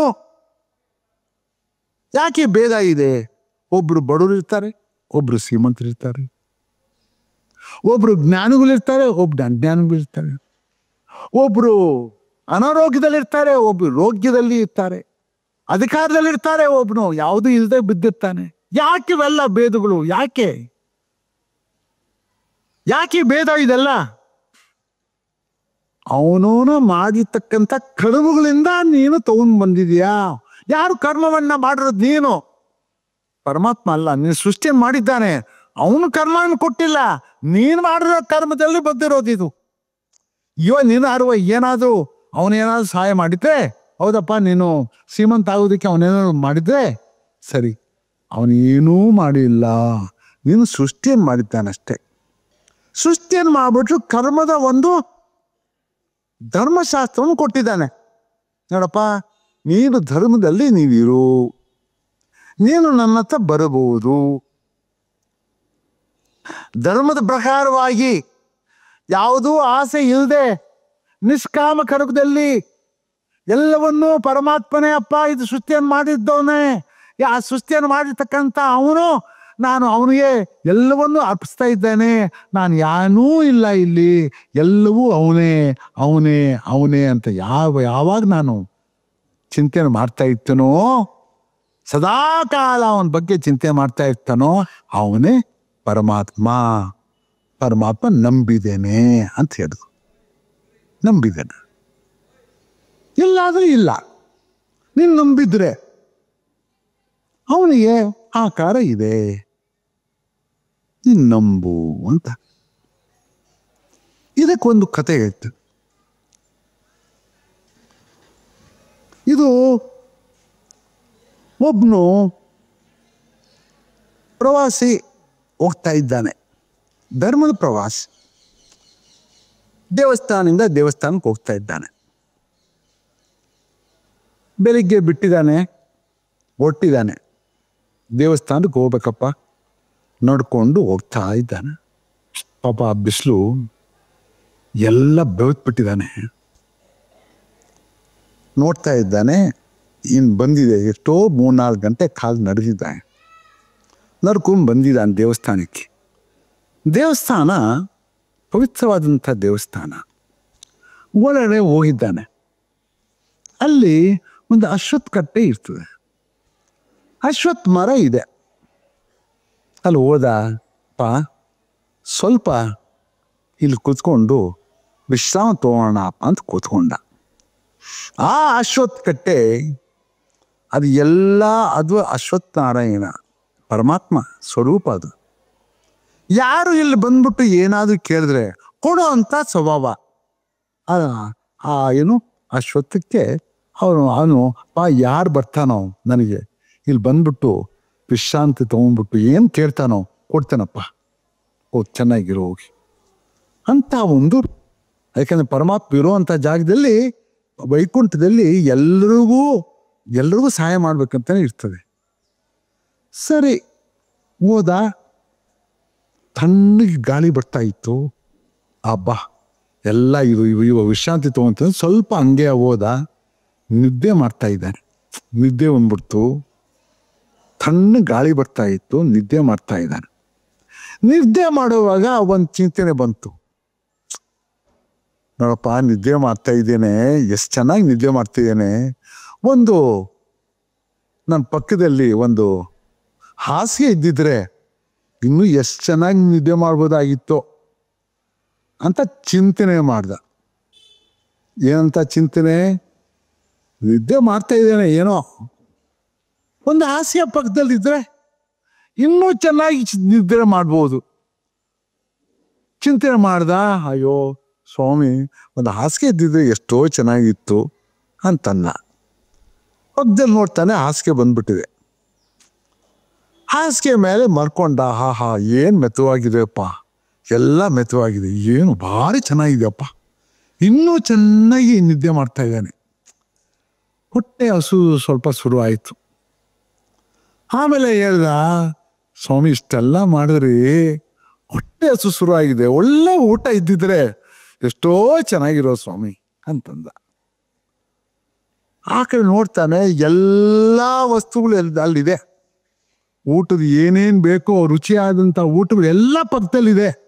ಹಾ ಹಾ ಹಾ, ಎಷ್ಟು ಚೆನ್ನಾಗಿದೆಯಪ್ಪ, ತೃಪ್ತಿಯಾಗಿ ಊಟ ಮಾಡ್ಬಿಟ್ಟ. ಊಟ ಮಾಡ್ಬಿಟ್ಟು ತಿರ್ಗಾ ಆಗ್ಲಪ್ಪ, ತೃಪ್ತಿಯಾಗಿ ಊಟ ಮಾಡಿದ್ದೇನೆ, ಇವಾಗ ಮಲಗ್ತೇನೆ ಇವಾಗ ಅಂತ. ಮಲಗೋವಾಗ ಇನ್ನೊಂದು ಚಿಂತನೆ ಬಂತು, ಏನಾದರೂ ಒಂದು ಹುಲಿ ಬಂದ್ಬಿಟ್ಟು ನನ್ನ ಮೇಲೆ ಹಾರಿದ್ರೆ ಏನಾಗ್ತದಪ್ಪ ಅಂತಂದ. ಅಷ್ಟೊತ್ತಿಗೆ ಹುಲಿ ಬಂತು, ಜಿಗಿತು, ಅವನು ತಿಂದಾಕ್ಬಿಡ್ತು.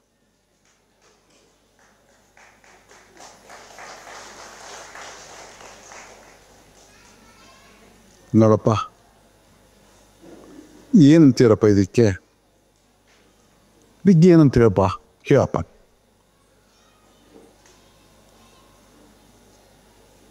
ಈ ರೀತಿಯಾಗಿ ಗುರುಗಳ ಬಗ್ಗೆ ಇದು ಅದಕ್ಕೋಸ್ಕರ ಇದು ಮಾಯಾ ಪ್ರಪಂಚ ಅಂತ ಹೇಳೋದು. ಯಾತಕ್ಕೆ ನಾವು ಎಚ್ಚರಿಕೆ ಆಗಿರಬೇಕು ಅಂದರೆ, ತಾತಯ್ಯನವರು ಹೇಳ್ತಾರೆ, ಎಚ್ಚರಿಕೆಯೋ ಮನಸ, ಎಚ್ಚರಿಕೆಯೋ ಮನಸ, ಎಚ್ಚರಿಕೆಯೋ ಮನಸ ಅಂತ. ಸದಾ ಕಾಲ ಎಚ್ಚರಿಕೆ ಆಗಿರಪ್ಪ. ಒಂದು ಏನಾದರೂ ನೀನು ಜಾರ್ ಬಿಟ್ರೆ, ಮಾಯೆ ಬಂದ್ಬಿಟ್ರೆ ನೋಡು, ಅವನು ಪಾಪ ಬಂದಿದ್ದು ಯಾತಕ್ಕೆ, ದೇವ್ರು ನೋಡ್ಬೇಕು, ಪುಣ್ಯ ಪಡಿಬೇಕು ಅಂತ ಬಂದ, ಅವನೇ ಹಾಳಾಗೋದ. ನೋಡಪ್ಪ, ಇದೇ ಮಾಯೆ, ಹಿಂಗಿದೆ ನೋಡು. ಅದರಿಂದಾಗಿ ಆಸೆಯೇ ಅಜ್ಞಾನದ ಒಂದು ರೂಪ, ಮಾಯೆನೇ ಎಲ್ಲದಕ್ಕೂ ಅಜ್ಞಾನಕ್ಕೆ ಒಂದು ಬಲವಾಗಿರುವಂಥದ್ದು. ಅಜ್ಞಾನಕ್ಕೆ ಮಾಯೆನೇ, ಮಾಯೆ ಇಲ್ದಿದ್ದು ಇಲ್ಲ. ಮಾಯೆ ಯಾರು ಗೆಲ್ತಾರೋ ನೋಡಪ್ಪ, ಇನ್ನೆಲ್ಲ ಭಾರಿ ಸುಲಭ. ಅದಕ್ಕೋಸ್ಕರ ಮಾಯೆ ಏನಾದರೂ ಹೋಗ್ಬೇಕಾಗಿದ್ರೆ ಗುರುಗಳು ಮಾತ್ರದಿಂದ ಹೋಗೋದು. ನೀನು ನಂಬು, ಗುರುಗಳ ಬಗ್ಗೆ ಚಿಂತನೆ ಮಾಡು. ನೀನು ಎಲ್ಲಿವರೆಗೂ ಗುರುಗಳ ಬಗ್ಗೆ ಚಿಂತನೆ ಮಾಡೋದಕ್ಕೆ ಆಗೋದಿಲ್ವೋ ಅಲ್ಲಿವರೆಗೂ ನೀನೇನೂ ಮಾಡೋಕ್ಕಾಗೋದಿಲ್ಲ. ಪರಮಾತ್ಮ ಬರೋದಿಲ್ಲ, ಗುರುಗಳು ನನ್ನ ಬರೋದಿಲ್ಲ. ಪಾಪದ ಹೊಣೆ ಸದಾ ಕಾಲ ನಮ್ಮನ್ನು ಕಾಡಿಸ್ತಾ ಇರ್ತವೆ. ಅಜ್ಞಾನದಲ್ಲೇ ನಾವು ಇರ್ತೇವೆ, ಅಜ್ಞಾನದಲ್ಲೇ ಮುಗಿಬಿಟ್ಟಿರ್ತೇವೆ. ಇದರಿಂದ ನಾವು ಆಚೆ ಬರೋಕೆ ಸಾಧ್ಯವಾಗೋದಿಲ್ಲ. ಆಗ್ಲಪ್ಪ ಅಂತ ಗುರುಗಳು ಇವಾಗ ಇದೆಲ್ಲ ಒಂದು ಕಡೆ. ಒಬ್ಬ ಒಳ್ಳೆ ಗುರು ಸಿಕ್ಬಿಟ್ಟ. ಇವಾಗ ತಾತಯ್ಯನವರು ನಮಗೆ ಏನೋ ಒಂದು ಹಿಂದಿನ ಜನ್ಮದ ಫಲದಿಂದ ನಾವು ಬರ್ತಾ ಇದ್ದೇವೆ. ನಾವು ಜೀವದಿಂದ ನಾವು ಬಂದು ಈ ಜೀವ ಇಲ್ಲಿ ಬಂದಿದ್ದೇವೆ, ಬಂದು ಅವ್ನು ನಂಬಿದ್ದೇವೆ, ನಾವು ಶಿಷ್ಯರಾಗ್ಬಿಟ್ಟಿದ್ದೇವೆ. ಏನಪ್ಪ, ನಾವೆಲ್ಲರೂ ಶಿಷ್ಯರಾಗಿದ್ದೇವೆ. ಯಾಕಂದರೆ ಇವತ್ತು ಒಂದಿನ ಅಲ್ಲ ಬಂದಿರೋದು, ಒಂದು 10-15 ವರ್ಷನೂ ಬರ್ತಾ ಇದ್ದೇವೆ. ಅಪ್ಪ, ನಮ್ಮ ತಂದೆ ತಾಯಿಗಳು ಹೇಳಿದ್ರು, ನಾನು ಹುಟ್ಟಿದ್ದು ತಾತನ ಅನುಗ್ರಹದಿಂದ ನಾನು ಹುಟ್ಟಿದ್ದೇನೆ ಅಂತ ಎಷ್ಟೋ ಜನ ಹೇಳ್ತಾ ಇದ್ದಾರೆ. ಅಯ್ಯೋ, ನಾನು ಓಟ್ ಬರಬೇಕು, ನಾನು ಹುಟ್ಟಿಸಿದ್ದೆ ಅವರು, ನನಗೆ ನಮ್ಮ ತಂದೆ ತಾಯಿಗಳಿಗೆ ಮಕ್ಕಳಿಲ್ಲ, ಅವ್ರ ಅನುಗ್ರಹದಿಂದ ನಾನು ಬಂದಿದ್ದೇನೆ ಅಂತ ಏನೋ ಅವ್ರದ್ದು ಚಿಂತನೆ ಮಾಡ್ತಾ ಮಾಡ್ತಾ ಬಂದ್ಬಿಟ್ಟು ಹೋಗ್ತಾ ಇದ್ದೀರ. ಅಂದರೆ ಏನು ಅಂದರೆ, ನೀವು ನಂಬಿದ್ದೀರಾ, ತಾತೇನೋನ ನಂಬಿದ್ದೀರಾ. ನಂಬಿಕೆ ಆದ ಮೇಲೆ ಏನಪ್ಪ ನೀವು ನೋಡ್ಬೇಕಾಗಿರೋದು? ಸ್ವಾಮಿ, ಹೌದು ನಾವು ನಂಬಿದ್ದೇವೆ, ಯಾಕೆ ನಂಬಿರೋದು? ಇದು ದೊಡ್ಡ ಪ್ರಶ್ನೆ. ಇದು ನನ್ನ ಆತ್ಮದ ಪ್ರಶ್ನೆ, ನನ್ನ ಪ್ರಶ್ನೆ. ಯಾಕೆ ನಿಮ್ಮನ್ನ ನಾನು ಬಂದಿದ್ದೇನೆ, ಯಾಕೆ ನಿಮ್ಮನ್ನ ನಾನು ನಂಬಿದ್ದೇನೆ? ಸ್ವಾಮಿ, ಈ ಸೃಷ್ಟಿಯನ್ನು ಮಾಡಿದ್ದಾನಲ್ಲ ಜೀವ, ಈ ಅರಿವು ಮಾಡಿಕೊಡ್ತೀರಲ್ಲ, ಇದಕ್ಕಿನ್ನ ದೊಡ್ಡದು ಯಾವುದಿದೆ? ಅದನ್ನ ನೀವು ಘೋಷಣೆ ಮಾಡಿಕೊಡ್ತೀರಾ, ಅದಕ್ಕೋಸ್ಕರ ನಿಮ್ಗೆ ನಂಬಿದ್ದೇನೆ ಸ್ವಾಮಿ, ಇನ್ನೇನೂ ಇಲ್ಲ. ಅದಕ್ಕೋಸ್ಕರ ನೀವೇ ನನ್ನ ತಂದೆ, ತಾಯಿ, ಗುರು, ದೇವರು, ನೀವೇ ಪರಮಾತ್ಮ. ನೀವು ಬೇರೆ ಅಲ್ಲ, ಪರಮಾತ್ಮ ಬೇರೆ ಅಲ್ಲ. ಇನ್ನೇನು ಮಾಡಬೇಕು? ನೀವು ನಿಮ್ಮ ಹತ್ರ ನಾನು ಬಂದ್ಬಿಟ್ಟಿದ್ದೇನೆ. ನೀವು ನನಗೆ ಉಪದೇಶ ಮಾಡಿ ನನ್ನನ್ನ ಈ ಅಜ್ಞಾನದಿಂದ ಹೊರಗಡೆ ತೆಗೆದುಕೊಂಡು ಬನ್ನಿ. ನಾವು ಏನು ಮಾಡಬೇಕು ಅಂತಕ್ಕಂಥದ್ದನ್ನ ನೀವು ಉಪದೇಶವನ್ನು ಮಾಡಿ ಅಂತ ನಮ್ಮ ಆಸೆ. ನಾವು ಈ ಜನ್ಮದಲ್ಲಿ ಒಂದೊಂದು ಸಮಯ ಒಳ್ಳೊಳ್ಳೆ ಸಮಯದಲ್ಲಿ ಬರ್ತೇವೆ, ಕೆಟ್ಟ ಸಮಯದಲ್ಲೂ ಹುಡ್ತೇವೆ. ಸಮಯ ಭಾರಿ ಮುಖ್ಯ. ಇವಾಗ ಕಲಿಯುಗದ ಒಂದು ಹಂತ ಬರ್ತಾ ಇದೆ. ಭಾರಿ ಕೆಟ್ಟ ಸಮಯದಲ್ಲಿ ನಾವೇನು ಅನ್ಕೊಂತೇವೆ, ಎಲ್ಲಪ್ಪ ಭಾರಿ ಕೆಟ್ಟದ್ದಾಗ್ತದೆ, ಏನೇನಾಗ್ಬಿಡ್ತದೋ ಅಂತ. ಆದರೆ ಒಂದು ಹೇಳ್ತೀನಿ ಕೇಳಿ, ಯಾವಾಗ ಭಾರಿ ಕೆಟ್ಟದ್ದು ಬರ್ತಾರೋ ಜ್ಞಾನಿಗಳು ಹೇಳ್ತಾರೆ, ಅಪ್ಪ ಕೆಟ್ಟದ್ದೆಲ್ಲ ಬಂದ್ಬಿಡ್ಲಪ್ಪ ಅಂತಾರೆ. ಯಾಕೆಂದ್ರೆ ನೀವು ಏನೇನು ಕಷ್ಟವನ್ನು ಪಡಿಬೇಕೋ ಅದೆಲ್ಲ ನೋಡ್ಬಿಟ್ರೆ ಇನ್ನು ಬರೋದು ಯಾವುದು? ಇನ್ನು ಸುಖ. ಇನ್ನು ನಿಮ್ಗೆ ಸಿಗೋದು ಯಾವುದು? ಸುಖ. ಕಷ್ಟ ಬಿಡಬೇಕು. ಕಷ್ಟ ನಿಮ್ಗೆ ಅದು ಕರ್ಮ, ಹಿಂದಿನ ಕರ್ಮದಿಂದ ಬಂದ್ಬಿಟ್ಟಿದ್ದೀರಿ.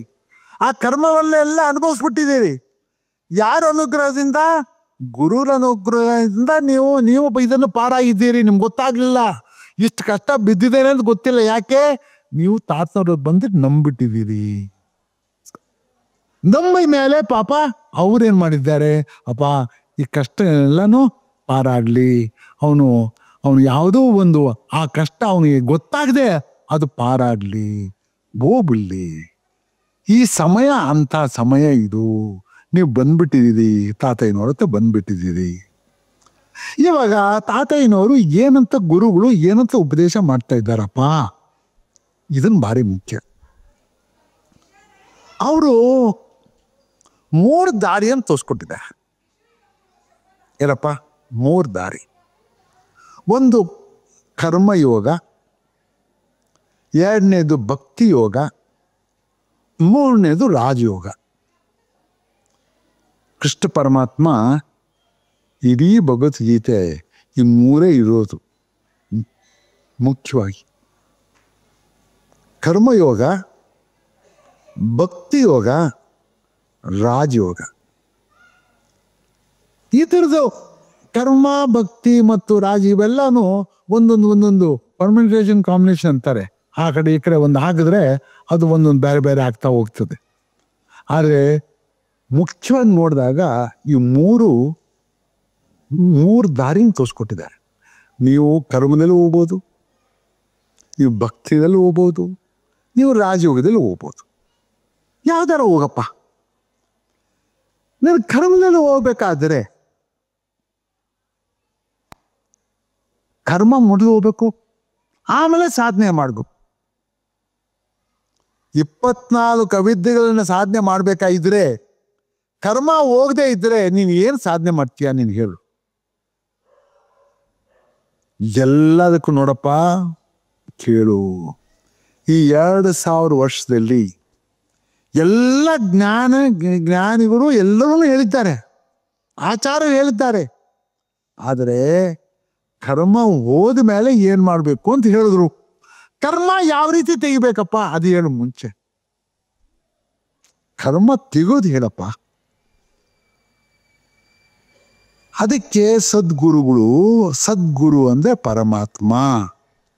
ಸದ್ಗುರುಗಳು ಅಂತಂದ್ರೆ ಪರಮಾತ್ಮ ಅಂದ್ರೆ ಆ ಒಂದು ಮಂತ್ರವನ್ನ ಕೊಡುವಂತ ಶಕ್ತಿ ಇರ್ತಕ್ಕಂಥವ್ರಿಗೆ ಪರಮಾತ್ಮ. ಕರ್ಮವನ್ನ ತೆಗೆಯುವಂತ ಶಕ್ತಿಯನ್ನು ಕೊಡಬೇಕಾಗಿದ್ರೆ ಪರಮಾತ್ಮ ಮಾತ್ರ ಮಂತ್ರವನ್ನು ಕೊಡುವಂಥವನು. ಬೇರೆಯವ್ರ ಕೈನಲ್ಲಿ ಇದು ಆಗೋದಿಲ್ಲ. ತಾತಯ್ಯನವರು ಕರ್ಮದ ಫಲವನ್ನ ತೆಗಿಬೇಕಾಗಿದ್ರೆ ಒಂದು ಮಂತ್ರವನ್ನು ಕೊಟ್ಟಿದ್ದಾರೆ.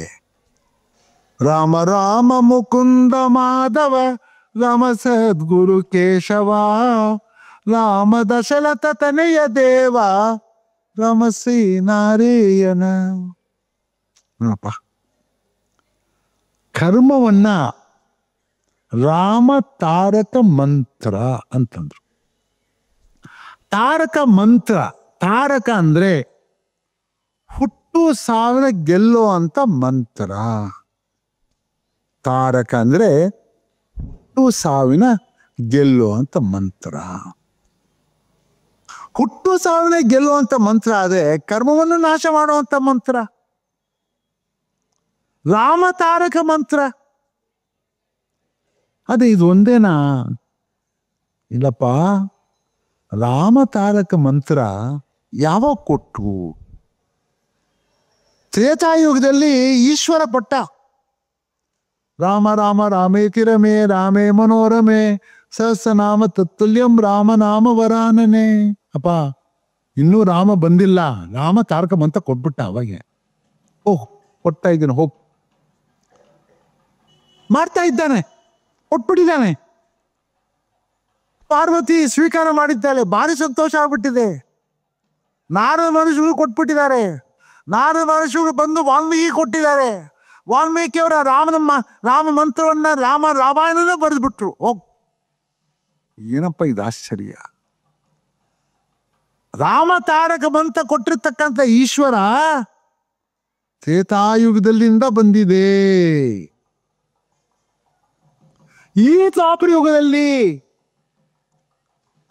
ಎಷ್ಟಪ್ಪ, ಅದು ಎಷ್ಟು ಸಾವಿರಾರು ಜನಕ್ಕೆ ಮೋಕ್ಷ ಸಿಕ್ಕಿದೆ. ಅದಕ್ಕೆ ಅದು ಎಲ್ಲ ಮಂತ್ರಕ್ಕೂ ಒಂದು ಕಾಲ ಇದೆ, ಎಲ್ಲದಕ್ಕೂ ಒಂದು ಕಾಲ ಇದೆ. ಎಷ್ಟು ಜನ ಉಪಯೋಗಿಸ್ತಾರೋ ಅದ್ರ ಮೇಲೆ ಆ ಫಲ ಸಿಗ್ತದೆ. ತಾತ ಇರೋರು ಅಂದ್ರು, ಅಪ್ಪ ಆಯ್ತು, ಇದು ಕಲಿಯುಗದಲ್ಲಿ ಯಾವ ಮಂತ್ರ ಅಪ್ಪ ಈಶ್ವರ ಕೊಟ್ಟಿರ್ತಕ್ಕಂಥ ಮಂತ್ರ ಇವಕ್ಕೇನೆಲ್ಲ ಆಗ್ತದ? ಎಲ್ಲಾದ್ರೂ ಉಂಟಾ? ಕಲಿಯುಗದಲ್ಲೇ ಪರಮಾತ್ಮನೇ ಮರ್ಬಿಟ್ಟಿದ್ದಾರೆ ಎಲ್ಲರೂ. ಯಾವ ಜನ್ಮ, ನೀವು ಎಷ್ಟು ಜನ ಇಲ್ಲಿ ನಂಬಿದಿರಪ್ಪ ಪರಮಾತ್ಮನ್ನ? ಒಬ್ಬನೂ ಇಲ್ಲ. ನೀವು ಹೃದಯ ಮುಟ್ಕೊಂಡು ನೋಡಿ, ಯಾರು ಸುಮ್ಮನೆ ಹೇಳ್ತೇವೆ ಅಷ್ಟೇ. ನಾಟಕ, ಇದು ನಟನೆ ಮಾಡುವಂಥ ಇದು ಮಾಯಾ ಪ್ರಪಂಚ. ಇದು ನಾನು ಒಂದು, ಆ ನಟನೆಯಲ್ಲಿ ನಾನು ಒಂದು, ಆ ಪ್ರಪಂಚದಲ್ಲಿ ಇದ್ದೇನೆ. ಆ ಇರುವಂಥ ಸಮಯದಲ್ಲಿ ನಟನೆ ಮಾಡ್ತೇನೆ. ನಾನು ನಂಬಿದ್ದೇನೆ ಅಂತ ಹೇಳ್ತಾ ಇದ್ದೇನೆ. ನಿಜವಾಗಿ ನಂಬಿದ್ದೀನೋ?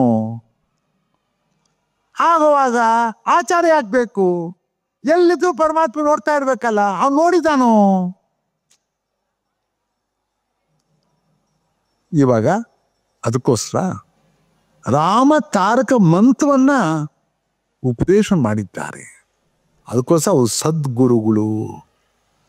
ಕಾಲದ ಮಹಿಮೆಯನ್ನ ಅರ್ಥವನ್ನು ಮಾಡ್ಕೊಂಡಿರ್ತಕ್ಕಂಥವ್ರು. ಕಾಲ ಅದು ಯಾರು? ಅವನೇ ಪರಮಾತ್ಮ. ಒಬ್ಬ ಪರಮಾತ್ಮನ ಕೈ ಮಾತ್ರ ಅವನ ಕೈಯಲ್ಲಿ ಆಗೋದು. ಇದು ಇನ್ಯಾರ ಕೈನಲ್ಲೂ ಆಗೋದಿಲ್ಲ.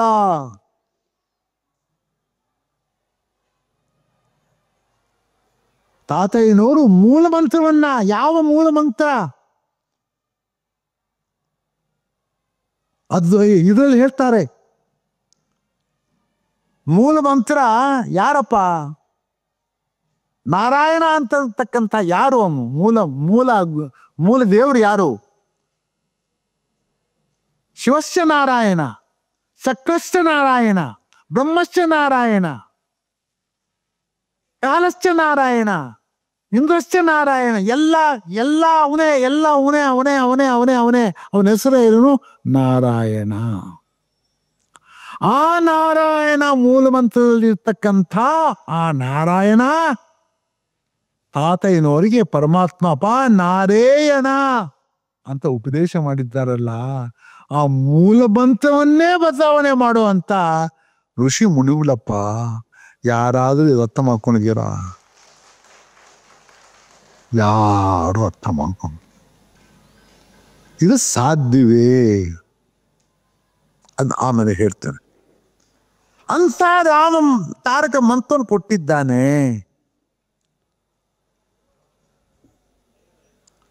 ಆ ತಾರಕ ಮಂತ್ರ ಯಾರ್ಯಾರು ಎಡೆ ಬಿಡದೆ ಇದನ್ನ ಚಿಂತನೆ ಮಾಡ್ತಾ ಇರ್ತಾರೋ ಅವ್ರಿಗೆ ಫಲ ಸಿಗ್ತದೆ. ಮೊದಲು ಕರ್ಮಗಳು ನಾಶ ಆಗ್ತದೆ. ತದನಂತರ 24 ಅವಿದ್ಯೆಗಳನ್ನ ತೆಗೆದುಹಾಕಿ ಮುಂದೆ ಕರ್ಕೊಂಡು ಹೋಗ್ತಾ ಇದ್ದಾನೆ. ಅವನೇ ಕಾರಣ್ಯ ಗುರು. ಆ ಗುರು ಬಂದು ತಾತೇನೋ ಹೇಳ್ತಾರೆ, ಅಪ್ಪ ನಾನೇ ಕಾರಣ್ಯ ಗುರು, ನಾನು ಬರ್ತೇನೆ, ನೀನು ಕರ್ಮ ಆದ ತಕ್ಷಣ ನಾನು ಬರ್ತೇನೆ. ಏನ್ ಮಾಡ್ತೇನೆ? ನನ್ನ ಹಸ್ತ ನಿನ್ನ ತಲೆ ಮೇಲೆ ಇಡ್ತೇನೆ. ಇಟ್ಟು ಎಲ್ಲ ನಿನಗೆ ಒಂದು ಕಡೆ ಕುಣಿಸಿ ಸ್ಥಿರವಾಗಿ ಕುಳಿತುಕೊಂಡಂಥ ಶಕ್ತಿಯನ್ನು ಕೊಡ್ತೇನೆ. ಅಲ್ಲಾಡದೆ ಇರುವಂತ ಶಕ್ತಿಯನ್ನು ಕೊಡ್ತೇನೆ. ನಿಲ್ಲಿಸಿ ಅಲ್ಲಾಡಿರ್ತಕ್ಕಂಥ ಶಕ್ತಿಯನ್ನು ಕೊಟ್ಟು ನಿನಗೆ ಅಭಯವನ್ನು ಕೊಟ್ಟು ನಿನಗೆ ಎಲ್ಲವನ್ನು ಧೈರ್ಯವನ್ನು ತುಂಬಿ. ಎಂಥ ಧೈರ್ಯ ಪಾ! ಬ್ರಹ್ಮ ಏನ್ ಬರೆದಿದ್ದಾನೆ, ಇದು ಬ್ರಹ್ಮ ಬರೆದಿರ್ತಕ್ಕಂಥ ನಿನ್ನ ಹಿಂದಿನ ಜನ್ಮಗಳು ಎಷ್ಟು ಜನ್ಮಾಂತರದಿಂದ ಯಾವಾಗ ಹುಟ್ಟಿದೆಯೋ ಎಲ್ಲವನ್ನೂ ಇಷ್ಟರಲ್ಲೇ ಇದೆ ನೋಡಪ್ಪ. ಇದನ್ನ ನಾನು ಬದಲಾವಣೆ ಮಾಡುವಂತ ನಾನು ಮಾಡಬಲ್ಲೆ. ಇದನ್ನ ಅಲಸಾಕಿ ಬೇರೆ ಬರವನ್ನ ನಾನು ಕೊಡ್ತೇನೆ ಅಂತಂದ್ರು. ಅಂದ್ರೆ ಬ್ರಹ್ಮಕ್ಕಿನ್ನ ದೊಡ್ಡವರಾದ್ರಲ್ಲ. ಬ್ರಹ್ಮ ಬರುವಂತ ಒಂದು ಬರವನ್ನ ತೆಗಿಬೇಕಾದ್ರೆ ಇನ್ನು ಅವನು ಪರಮಾತ್ಮ ಆಗಿರ್ಬೇಕಲ್ಲ, ಇಲ್ಲ ಬೇರೆ ಕೈನಲ್ಲಿ ಆಗ್ತದೋ. ಅಂತ ಬರವನ್ನ ತೆಗೆದುಹಾಕಿ ಬೇರೆ ಬರವನ್ನ ಬರೆದು ನಿನ್ನ ನಾನು ಕರ್ಕೊಂಡು ಹೋಗ್ತೇನೆ, ಕೈ ಹಿಡಿದು ನಾನು ಕರ್ಕೊಂಡು ಹೋಗ್ತೇನೆ ಅಂತ. ಈ ಜನ್ಮನೋ ಬರೋ ಜನ್ಮನೋ ಇನ್ 3 ಜನ್ಮನೋ 4 ಜನ್ಮನೋ 5 ಜನ್ಮನೋ ಇದು ಒಂದು ಜನ್ಮದಲ್ಲಿ ಆಗುವಂಥದ್ದಲ್ಲ. ಒಂದು ಕತೆ ಹೇಳ್ತೇನೆ. ಭರತಂದು ಒಂದು ಕತೆ. ಭರತ ಈ ನಮ್ಮ ಭಾರತ ದೇಶ ಇದು. ಭರತ ಅಂತ ರಾಜ, ಯಾವ ನಿಷ್ಕಾಮದಲ್ಲಿರ್ತಕ್ಕಂಥ ರಾಜ, ಯಾವುದೋ ಸ್ವಾರ್ಥ ಇಲ್ಲದೆ ರಾಜ್ಯಭಾರವನ್ನ ಮಾಡಿ ಸನಾತನ ಧರ್ಮದ ಒಂದು ದಾರಿಯಲ್ಲಿ ಹೋಗಿ ಎಲ್ಲವನ್ನೂ ರಕ್ಷಣೆ ಮಾಡಿ ತ್ಯಾಗವನ್ನು ಮಾಡ್ಕೊಂಡ. ಆ ಜೀವನ ತ್ಯಾಗವನ್ನು ಮಾಡಿದ್ಮೇಲೆ ಎಲ್ಲವನ್ನೂ ಮಕ್ಕಳು ಕೊಟ್ಟು ಅವನ ಅರಣ್ಯಕ್ಕೆ ಹೋಗ್ಬಿಟ್ಟ. ಅಪ್ಪ ನಂದಾಯ್ತು, ನನಗೆ ಆಸೆ ಇಲ್ಲ, ಇನ್ನು ನಾನು ಹೋಗ್ಬಿಟ್ಟು ನನ್ನ ಆತ್ಮಚಿಂತನೆ ಮಾಡೋದಕ್ಕೆ ನಾನು ಹೋಗ್ತಾ ಇದ್ದೇನೆ ಅಂತ ಹೋದ. ಆ ಅರಣ್ಯಕ್ಕೆ ಹೋಗಿ ಆ ಹುಲ್ಲಿನ ಒಂದು ಇದರಲ್ಲಿ ಚರ್ಮದ ಮೇಲೆ ಇಟ್ಕೊಂಡು ಅಲ್ಲಿ ಮಲಗ್ತಾ ಇದ್ದ. ಮಲಗುವ ಸಮಯದಲ್ಲಿ ಪಕ್ಕದಲ್ಲಿ ಒಂದು ನದಿ ಹೋಗ್ತಾ ಇತ್ತು. ಅಲ್ಲಿ ಒಂದು ದೃಶ್ಯವನ್ನು ನೋಡ್ದ. ಒಂದು ಜಿಂಕೆ ಅಲ್ಲಿ ಬಂದು ನೀರು ಕುಡಿಯೋಕೆ ಬಂತು. ಗರ್ಭಿಣಿ, ಸಮಯ ಬಂದ್ಬಿಟ್ಟಿದೆ, ಮಗು ಆಚೆ ಬರಬೇಕು, ಆ ಸಮಯ ಬಾಯಾರಿಕೆ ಆಗ್ಬಿಟ್ಟಿದೆ, ಬಂದು ನೀರು ಕುಡಿತಾ ಇದೆ. ಅಷ್ಟೊತ್ತಿಗೆ ಮೊಸಳೆ ಬಂದು ಅದು ಹಿಡಿದು ಬಿಟ್ಟು, ಆ ಹೆದರಿಕೆಗೆ ಮಗು ಆಚೆ ಬಂದ್ಬಿಡ್ತು. ತಾಯಿನ ಕರ್ಕೊಂಡು ಹೋಗ್ಬಿಡ್ತು. ಮಗು ಬಿಟ್ಬಿಡ್ತು. ಇದನ್ನ ನೋಡ್ತಾ ಇದ್ದಾನೆ ಭರತ. ಏನ್ ಮಾಡ್ಲಿ? ಅಯ್ಯೋ, ಆ ಮಗು ಬಿಟ್ಬಿಟ್ಟಿದೆಯಲ್ಲ, ಏನ್ ಮಾಡ್ಲಿ? ಓಡೋದ. ಆ ಮಗುನ ಎತ್ಕೊಂಡು ನೀರನ್ನೆಲ್ಲ ಚೊಲ್ಲ ತೊಳೆದು ಕರ್ಕೊಂಡ್ಬಂದ. ಅಯ್ಯೋ, ಬೆಚ್ಚಿಗೆ ಪಕ್ಕದಲ್ಲೇ ಮಲಗಿಸಿ ಆ ಬೆಚ್ಚಕ್ಕೆ ಕಾವು ಕೊಟ್ಟು ಅದಕ್ಕೆ ಕಾಪಾಡ್ದ. ಒಂದು ಹಸುವಿನ ಹಾಲು ತಂದ್ಬಿಟ್ಟು ಕೊಡಿಸ್ಬಿಟ್ಟು, ಸ್ವಲ್ಪ ಅಪ್ಪ ಚೆನ್ನಾಗಿ ನಾನು ಇದೇನೆ, ನೀನು ಕಾಪಾಡ್ತೇನೆ ಅಂತ ಪಕ್ಕದಲ್ಲೇ ಮನಸ್ಕೊಂಡ. ಜಿಂಕೆ ಮರಿ ಮಾಡ್ತಾ ಜಿಂಕೆ ಮರಿ ಮೇಲೆ ವ್ಯಾಯಾಮ ಜಾಸ್ತಿ ಆಯಿತು. ಅವನ ಆತ್ಮ ಬಗ್ಗೆ ಮರ್ತ್ಬಿಟ್ಟ. ಜಿಂಕೆ ಅವನಿಗೆ ಮನಸ್ಸಾಯಿತು, ಅಯ್ಯೋ ತಾಯಿ ಇಲ್ವೇ, ಯಾರು ಇಲ್ವೇ, ಯಾರು ನೋಡ್ಕೊಳೋರು, ಯಾರಿಗ್ ಮಾಡೋರು, ಈ ಚಿಂತೆ ಶುರು ಆಯಿತು. ಯಾವ ಆತ್ಮಚಿಂತನೆಗೋಸ್ಕರ ಆಚೆ ಬಂದೋ ಅದನ್ನ ಮರ್ತ್ಬಿಟ್ಟ. ಅಂಥ ಮಹಾರಾಜ ಅಂತವನ್ ಜಾರ್ಬಿಟ್ಟ. ನೋಡಪ್ಪ, ಅರ್ಥ ಮಾಡ್ಕೋ, ಅಷ್ಟು ಸುಲಭ ಅಂತ ತಿಳ್ಕೋಬೇಡ. ಅಂತವನ್ ಜಾರ್ಬಿಟ್ಟ. ಇವನಿಗೆ ಆ ಸಭೆ ಬಂದಾಗ ಬರೋ ಜನ್ಮ ಒಂದು ಜಿಂಕೆಯಾಗಿ ಹುಟ್ಬಿಟ್ಟ. ಭರತ ಒಂದು ಜಿಂಕೆ ಮರಿಯಾಗಿ ಹುಟ್ಬಿಟ್ಟ. ಗೊತ್ತಿತ್ತು, ಅಯ್ಯೋ ತಪ್ಪು ಮಾಡ್ಬಿಟ್ನೆ. ಅವನು ಪರಮಾತ್ಮನ ಇದು ಏನೋ ಅವನ ನೇಮ, ಅವನ ರಕ್ಷಣೆ ಮಾಡೋ ಅವನ ಜವಾಬ್ದಾರಿ ನಂದ. ನಾನು ಯಾಕೆ ಅದನ್ನು ತಗೊಂಡೆ? ನಾನು ಎಂಥ ಅಜ್ಞಾನಿ ಆಗ್ಬಿಟ್ಟೆ. ನನ್ನ ಮಾಯೆ ನನ್ನನ್ನ ಕಲಿಸ್ಬಿಡ್ತು.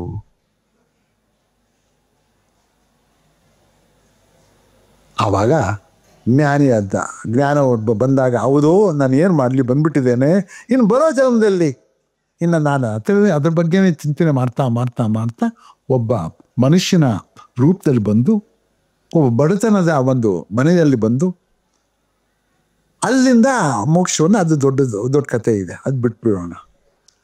ಅಂಥವ್ರು 3 ಜನ್ಮ ಆಯಿತು. ನಿನಗೆ ಇನ್ನೆಷ್ಟು ಜನ್ಮ ತಾತ ಏನು ಅದಕ್ಕೋಸ್ಕರಪ್ಪ ನಾನು ಬೇರೆ ಬರಹವನ್ನ ಬರೀತೇನೆ ಅಂತಂದ್ರು. ಯಾಕೆ? ನೀನು ನೋಡ್ತಾಗ 5 ಜನ್ಮನೋ 6 ಜನ್ಮನೋ 7 ಜನ್ಮನೋ ಗೊತ್ತಿಲ್ಲ, ಅದು ನಾನು ಬಂದ್ಬಿಟ್ಟಿದ್ದೇನೆ. ಇನ್ನು ನಾನು ಜನ್ಮವನ್ನು ಬಂದು ಒಂದೊಂದು ತೆಗೆದುಕೊಂಡು ಹೋಗ್ಬೇಕು, ಒಂದೊಂದು ಸಾಧನೆ ಮಾಡ್ಕೊಂಡು ಹೋಗ್ಬೇಕು. ಯಾಕಂದ್ರೆ ಅಲ್ಲಿ ಮೋಕ್ಷ ಪಡೆಯುವಾಗ ಎಲ್ಲ 24 ಅವಿದ್ಯೆಗಳು ನಾಶ ಆಗಬೇಕು. ಅದಾಗದೆ ಹೊರ್ತು ನೀನು ಅಲ್ಲಿ ಹೋಗಂಗಿಲ್ಲ. ಆ ಮರ್ಮವನ್ನು ತೋರಿಸ್ಬೇಕು. ಯಾವ ರೀತಿ ತೋರಿಸ್ಕೊಡ್ತಾರೆ? ಇವಾಗ ಅರಣ್ಯ ಇದೆ, ಗುರುಗಳು ಹೇಳ್ತಾರೆ, ಅಪ್ಪ ಈ ಅರಣ್ಯದಲ್ಲಿ 1000 ದಾರಿ ಇದೆ, ಯಾವ್ದು ಬೇಕಾದ್ರೂ ಹೋಗ್ಬೋದು. ಆದರೆ ಯಾವ್ದಾರ ಒಂದಲ್ಲಿ ಹೋದೆ, ಎಷ್ಟೋ 1-2 ಕಿಲೋಮೀಟರ್ ಒಳಗಡೆ ಹೋದ್ರೆ ಯಾವ ಪ್ರಾಣಿ ಬರ್ತದೋ ಏನಾಗ್ತದೋ, ನೀನು ಉಳಿತೀಯ?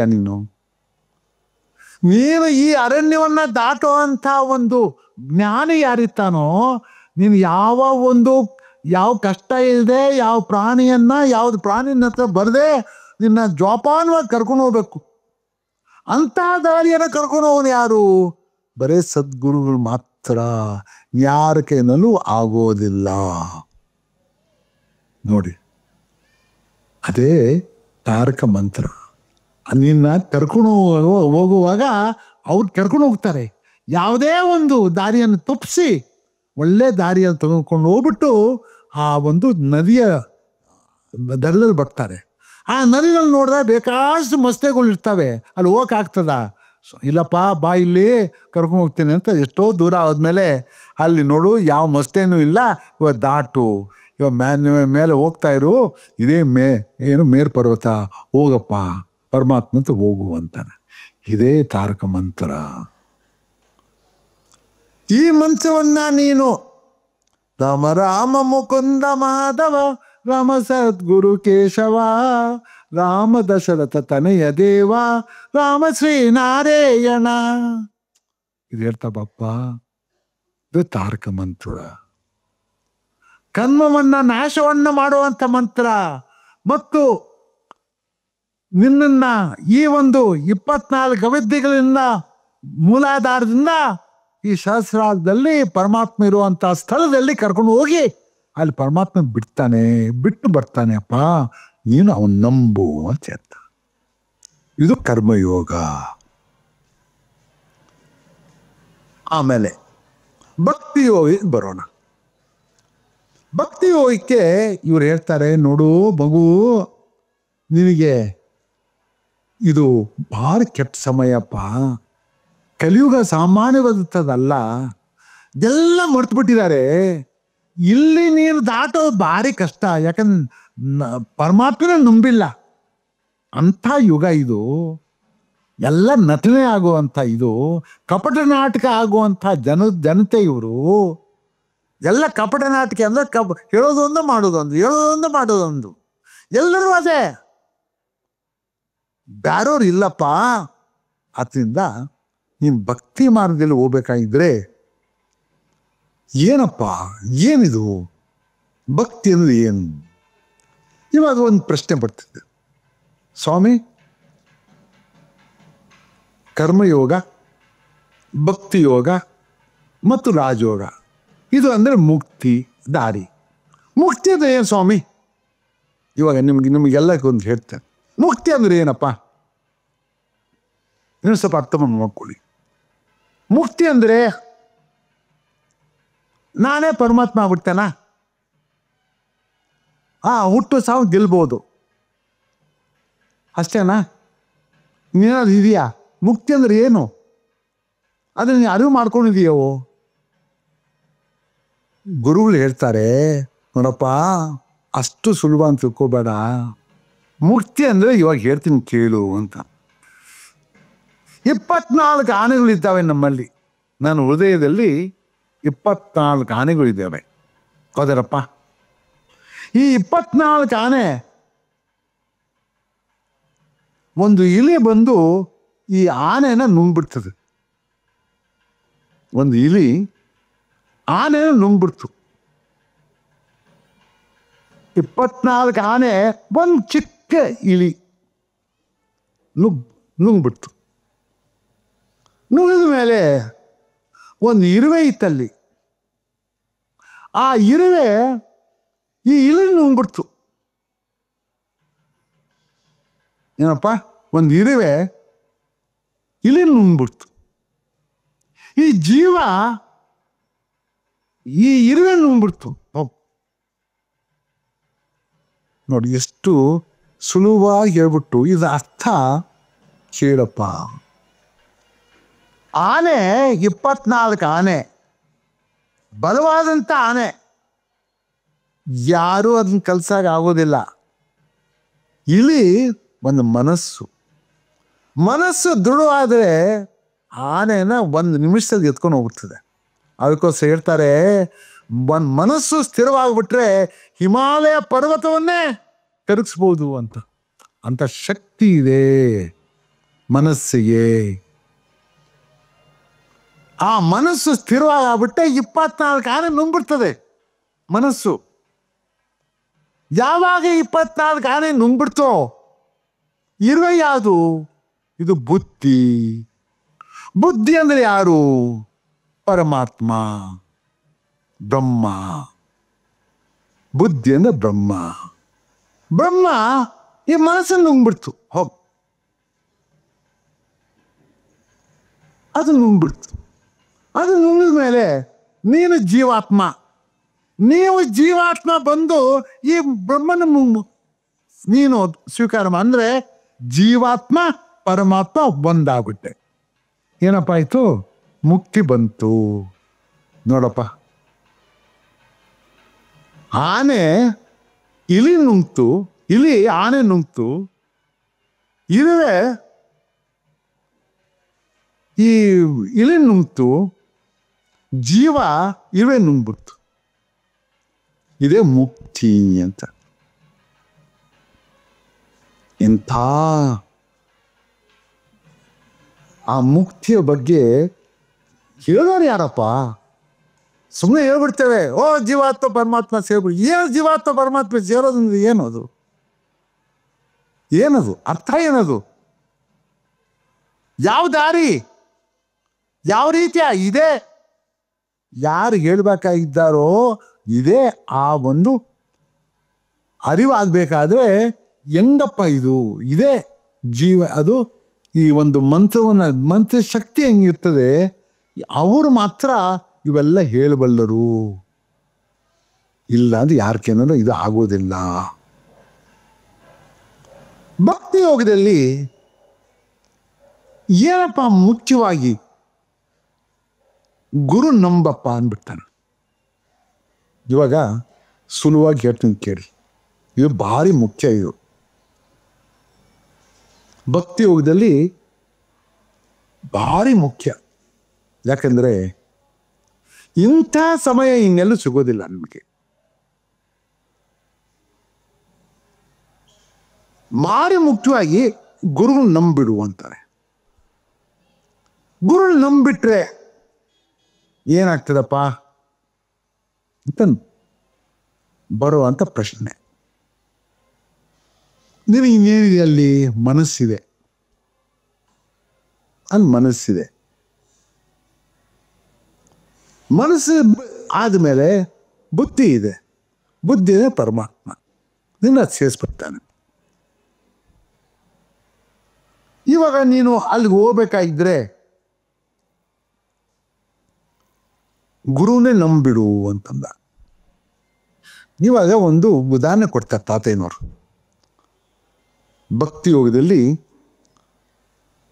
ಅರ್ಜುನನ, ಇದು ದ್ವಾಪರ ಯುಗದಲ್ಲಿ ಅರ್ಜುನ ಯುದ್ಧದಲ್ಲಿ ಶಿಷ್ಯ ಯಾರು? ಅರ್ಜುನ. ಗುರು ಯಾರು? ಕೃಷ್ಣ. ಗುರು ಶಿಷ್ಯರ ಒಂದು ಪರಂಪರೆ. ಆ ಗುರು ಶಿಷ್ಯರ ಪರಂಪರೆ ಪರಮಾತ್ಮ ಇದ್ರೂ ಕೂಡ ಗುರು ಆ ಶಿಷ್ಯ ನಂಬಿದ್ನೋ? ಸ್ನೇಹಿತನಾಗಿದ್ದ, ಇಷ್ಟೆಲ್ಲ ಸಹಾಯ ಮಾಡ್ದ, ಆದರೂ ಕೂಡ ಯುದ್ಧದ ಸಮಯದಲ್ಲಿ ಆವಾಗೂ ನಂಬಿಲ್ಲ. ಅವನ ಬಗ್ಗೆ ಚಿಂತನೆ ಮಾಡ್ದ, ಗುರುಗಳ ಬಗ್ಗೆ ಹೇಳಿದ ಚಿಂತೆ ಮಾಡಲಿಲ್ಲ. ಅವನೇನಂದ? ಕೃಷ್ಣ,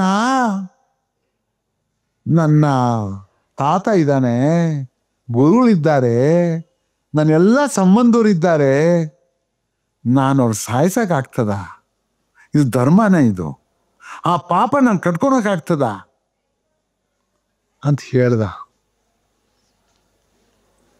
ಕೃಷ್ಣ ನಕ್ಬಿಟ್ಟ. ಅದು ಉತ್ತರ ಕೊಡೋದಕ್ಕೆ ಭಗವದ್ಗೀತೆನೇ ಹೇಳ್ಬೇಕಾಗಿತ್ತು. ನೋಡಪ್ಪ, ಸ್ವಲ್ಪ ಅರ್ಥವನ್ನು ಮಾಡ್ಕೊಡಿ, ದೀರ್ಘವಾಗಿ ಅರ್ಥವನ್ನು ಮಾಡ್ಕೊಡಿ. ಅಷ್ಟಕ್ಕೂ ನಂಬಲಿಲ್ಲ ಅವನು.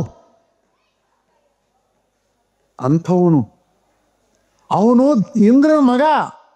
ಯಾರು? ಅರ್ಜುನ ಇಂದ್ರನ ಮಗ, ದೇವತೆ. ಅಂಥವನು ನಂಬಿಲ್ಲ. ಕೃಷ್ಣ ಪರಮಾತ್ಮ, ಇವನು ಪರಮಾತ್ಮ ಅಂತ ನಂಬಿಲ್ಲ. ವಿಶ್ವರೂಪ ತೋರಿಸ್ಬೇಕಾಗಿತ್ತು. ಸ್ವಲ್ಪ ಅರ್ಥ ಮಾಡ್ಕೊಂಡಿದ್ದೀರಾ? ವಿಶ್ವರೂಪ ತೋರಿಸಿದ ತಕ್ಷಣ ಹಬ್ಬ, ಇವಾಗ ನಾನು ಅರಿವಾಯಿತು, ಸ್ವಾಮಿ ಇವಾಗ ನಾನು ಯುದ್ಧ ಮಾಡ್ತೇನೆ ಅಂತ ಹಿಡ್ದ. ಅದೇ ಮುಕ್ತಿ ಆಯ್ತು. ನೋಡಪ್ಪ, ಆ ಕಾಲದಲ್ಲೇ ಇಂದ್ರಗೆ ಏನು ಅರ್ಜುನ ಕೈನಲ್ಲೇ ಆಗಿಲ್ಲ. ನೀನು ಏನಯ್ಯ ಮಾಡೋದು? ನೀನು ಗುರು ನಂಬಿದೀಯಾ? ನೀನು ಗುರು ನಂಬಿಡು, ಇನ್ನೆಲ್ಲ ಅವನ್ ಬಿಟ್ಬಿಡು, ಹೋಗು. ಇದೇ ಭಕ್ತಿ ಯೋಗ ಅಂದ್ಬಿಟ್ಟು ಹೋಗು. ನೀನೇನು ಮಾಡೋಕ್ಕಾಗೋದಿಲ್ಲ. ನೀನು ಈ ಕಲಿಯುಗದಲ್ಲಿ ನೀನು ಏನೂ ಮಾಡೋಕ್ಕಾಗೋದಿಲ್ಲ. ಅದಕ್ಕೋಸ್ಕರ ಒಂದು, ಇದು ಭಾರತ ದೇಶ. ಭಾರತ ದೇಶದಲ್ಲಿ ಪರಮಾತ್ಮನೇ ಒಂದು ದಾರಿ ತೋರಿಸ್ಕೊಡ್ತಾ ಇರ್ತಾನೆ ಎಲ್ರಿಗೂ. ಈ ದೇಶದಲ್ಲಿ ಮಾತ್ರ ಇದು, ಯಾವ ದೇಶದಲ್ಲೂ ಇಲ್ಲ ಇದು. ಯಾವಾಗ ಗೋಚರ ಮಾಡಿಕೊಡ್ತಾನೋ ಅದೇ ಮುಖ್ಯ ಅಂತ ನೀವು ತಿಳ್ಕೊಳ್ಳಿ. ದಾಸ ಪಂಥ ಬಂದಿದ್ದು 500 ವರ್ಷದ ಹಿಂದೆ, 600 ವರ್ಷದ ಹಿಂದೆ. ಯಾರಪ್ಪ ಅದಕ್ಕೆ ಉಪದೇಶ ಮಾಡಿದ್ಯಾರು? ಪುರಂದರದಾಸರು, ಕನಕದಾಸರು. ಇವರಿಬ್ಬರೂ ಕೂಡ ನಮ್ಮ ಭಾರತ ದೇಶದಲ್ಲಿ ಹುಟ್ಟಿ, ನಮ್ಮ ಕರ್ನಾಟಕ ದೇಶದಲ್ಲಿ ಹುಟ್ಟಿ, ಇಡೀ ಒಂದು ಭಾರತ ದೇಶಕ್ಕೆ, ಈ ಪ್ರಪಂಚಕ್ಕೆ, ವಿಶ್ವಕ್ಕೆ ಈ ಒಂದು ದಾಸ ಪಂಥವನ್ನು ಕೊಟ್ಟರು. ಏನು ದಾಸ ಪಂಥ ಅಂದರೆ, ನಾನು ಯಾರು? ನಾನು ಒಬ್ಬ ದಾಸ. ದಾಸ ಅಂದ್ರೆ ಏನು? ಗುರುಗಳಿಗೆ ಪಾದದಲ್ಲಿ ಕಸ ಗುಡಿಸೋ ನಾನು ದಾಸ.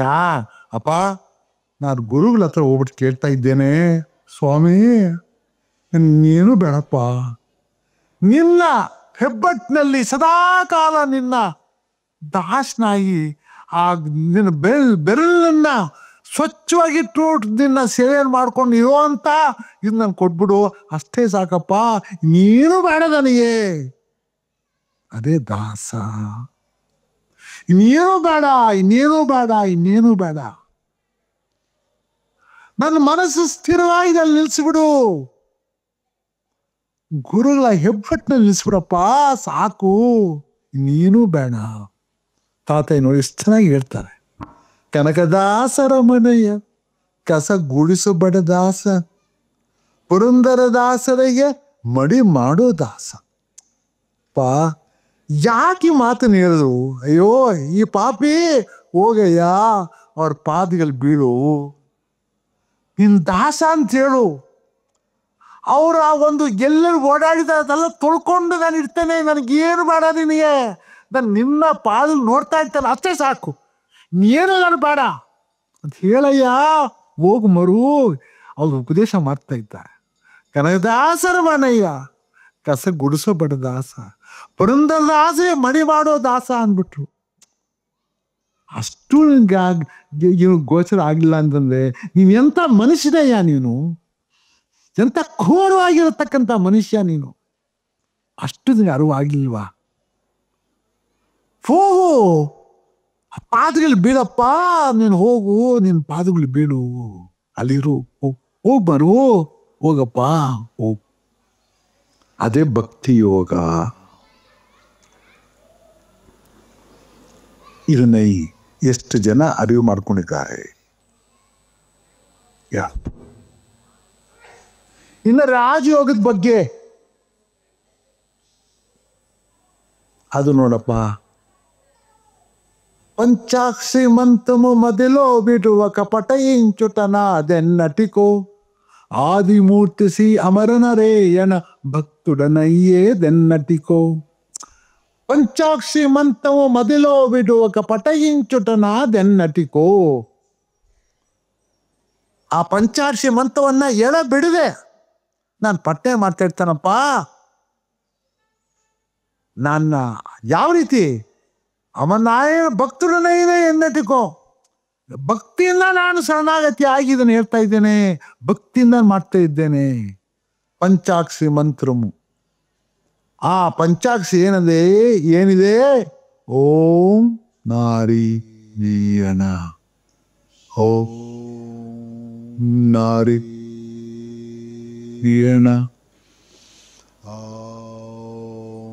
ನಾರಿಯಣ,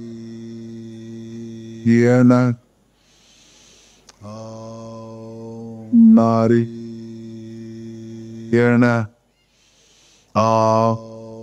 ನಾರಿಯಣ, ಓಂ ನಾರಿಯಣ,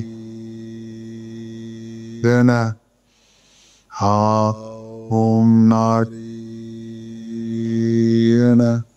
ಈ ರೀತಿಯಾಗಿ ಪಂಚಾಕ್ಷಿ ಮಂತ್ರము మదిలో బిడొక పఠయించుటనాదెన్నటికో. ಆ ಪಂಚಾಕ್ಷಿ ಮಂತ್ರದಲ್ಲಿ ಭಕ್ತಿಯಾಗಿ, ಆ ಪಾದ ಸೇವಕನಾಗಿ ಮಂತ್ರವನ್ನ ಎಡಬಿಡದೆ ಮಾಡ್ಕೊಂಡು ಹೋಗು. ಅದು ನಿನಗೆ ಆಗೋದಿಲ್ಲ, ಮತ್ತೆ ಇನ್ಯಾರು ಕೊಟ್ರು? ಅದೇ ರಾಜಯೋಗ. ನೀನು ರಾಜಯೋಗದಲ್ಲಿ ಹೋಗ್ಬೇಕಾಗಿದ್ರೆ ಎಲ್ಲ ಒಂದು 9 ಬಾಗಿಲು ಏನಿದ್ದಾವೆ ಇದು ಮುಚ್ಕೊಂಡು ಕುಳಿತುಕೊಂಡು ತಪಸ್ಸನ್ನ ಇದರಲ್ಲಿ ಕುಳಿತುಕೊಂಡು ಎಲ್ಲ ಬಾಗಿಲು ಮುಚ್ಚಿ ಬಂಧನವನ್ನು ಮಾಡಿ ಈ ಮಂತ್ರವನ್ನು ಹೇಳಬೇಕು. ನಿಮ್ಮ ಕೈಯಲ್ಲಿ ಆಗ್ತದ? ಕಲಿಯುಗದಲ್ಲಿ ಇದಲ್ಲ. ಮತ್ತೆ ಯಾರಿಗಿದು? ಅಪ್ಪ, ಈ ಕಲಿಯುಗ ಕೊನೆ ಬರ್ತಾ ಇದೆ, ಇನ್ನು ಸತ್ಯುಗ ಬರ್ತಾ ಇದೆ, ಇಡೀ ಪ್ರಪಂಚವೇ ಪ್ರಳಯ ಆಗ್ತದೆ, ಇನ್ನು ಸೃಷ್ಟಿ ಬರಬೇಕು. ಆ ಸೃಷ್ಟಿ ಬರೋದಕ್ಕೆ ಇವಾಗನೇ ತಾತೆಯವರ ಕೈಯಿಂದ ಈ ಉಪದೇಶ ಮಾಡಿದ್ದೇನೆ. ಇದು ಸೃಷ್ಟಿಕರ್ತ ನಾರಾಯಣ, ಸೃಷ್ಟಿಕರ್ತ. ಓಂ ನಾರಾಯಣ. ಇದು ಸೃಷ್ಟಿಯನ್ನು ಮಾಡುವಂತಹದ್ದು ಯಾರು? ಯಾವಾಗ ಈ ಪ್ರಪಂಚ ಇದೆಲ್ಲವನ್ನು ಇದು ಧರ್ಮ ಸ್ಥಾಪನೆ ಆಗಿ ಇದೆಲ್ಲ ಇನ್ನೇನು ಅಪ್ಪ ನೀನು ತಿಳ್ಕೊಬೇಡ, ನಾನಂತೂ ನೋಡದೇ ಇರ್ಬೋದು, ಆದರೆ ಕೆಲವ್ರು ಮಾತ್ರ ಇದನ್ನೊಂದು 20-25 ವರ್ಷ ಎಲ್ಲ ನೋಡ್ಬಿಡ್ತೀರ. ಇನ್ನಾಯ್ತು, ಸಮಯ ಬಂದಿದೆ, ಇನ್ನೇನು ಇದೆ, ಇದು ಇಂಥ ಕಪಟ ನಾಟಕ ಇನ್ನು ಎಲ್ಲಿ ಪ್ರಪಂಚದಲ್ಲಿ ಯಾರು ನೋಡಿಲ್ಲ. ಎಲ್ಲ ಮಾನವರು ಕಪಟ ನಾಟಕದಲ್ಲೇ ಇದ್ದಾರೆ. ಹೊಟ್ಟೋಯ್ತಪ್ಪ, ಏನೂ ಇಲ್ಲ ಇಲ್ಲಿ, ಏನು ಒಂದು ಕ್ಷುಣ ಇಲ್ಲ ಇಲ್ಲಿ, ಎಲ್ಲ ಆಡಂಬರದಲ್ಲಿದೆ, ಏನೂ ಇಲ್ಲ. ಯಾವ ದೇವಸ್ಥಾನದಲ್ಲಿ ಯಾವ ಪರಮಾತ್ಮನೂ ಇಲ್ಲ, ಓಡೋಗ್ಬಿಟ್ಟಿದ್ದಾನೆ. ಅವ್ನು ಇರ್ತಾನೆ ತಿಳ್ಕೊಂಡಿದ್ದು ಏನು ಇರೋದಿಲ್ಲಪ್ಪ. ಇದು ಆಗೋಯ್ತಿದು, ಇನ್ನು ಬರ್ತದೆ, ಸಮಯ ಬಂದಿದೆ. ಅದೇ ಕಾರ್ಯಜ್ಞಾನ ಬರೆದಿರ್ತಕ್ಕಂಥವರು. ಅದು ಸಮಯ ಬರ್ತದೆ, ಆವಾಗ ಎಲ್ಲರೂ ಗೋಚರ ಮಾಡ್ಕೊಳ್ಳೋಣ. ಅಲ್ಲಿವರೆಗೂ ಇದಂತ ತಿಳ್ಕೊಳ್ಳಿ, ಏನು ಈ ಒಂದು ರಾಜಯೋಗ ಇದೆ ಅದು ಮುಂದಿನ ಪೀಳಿಗೆಗೆ ಅದು. ಯಾಕಂದ್ರೆ ಅದು ನಂಬಿರ್ಬೇಕು, ಪರಮಾತ್ಮನ ಅದಕ್ಕೆ ಪರಿಪೂರ್ಣವಾಗಿ ನಂಬಿರ್ಬೇಕು. ನಂಬಿ ಆ ಒಂದು ರಾಜಯೋಗದ ಒಂದು ಸಾಧನೆ ಮಾಡುವಂಥ ಶಕ್ತಿ ಇರಬೇಕು. ಸ್ವಚ್ಛವಾಗಿರುವಂಥ ಶಕ್ತಿ ಇಲ್ಲದೆ ಇದ್ರೆ ಇದು ಸಾಧ್ಯವಿಲ್ಲ.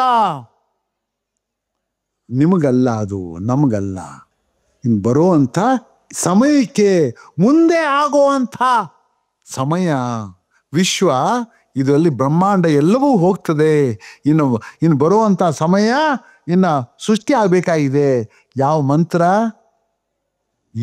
ಈ ಒಂದು ಓಂ ನಾರಾಯಣ ಮಂತ್ರ. ಅದೇ ಸೃಷ್ಟಿಕರ್ತ. ಕಾಲಶ್ಚ ನಾರಾಯಣ, ಕಾಲದ ಬಗ್ಗೆ ಹೇಳಿರ್ತಕ್ಕಂಥ ನಾರಾಯಣಪ್ಪ. ಅವರೇ ಹೇಳಿದ್ದಾರೆ, ನೀನೇನು ಹೇಳೋದಲ್ಲಿ, ಅವರೇ ಹೇಳ್ಬಿಟ್ಟಿದ್ದಾರೆ.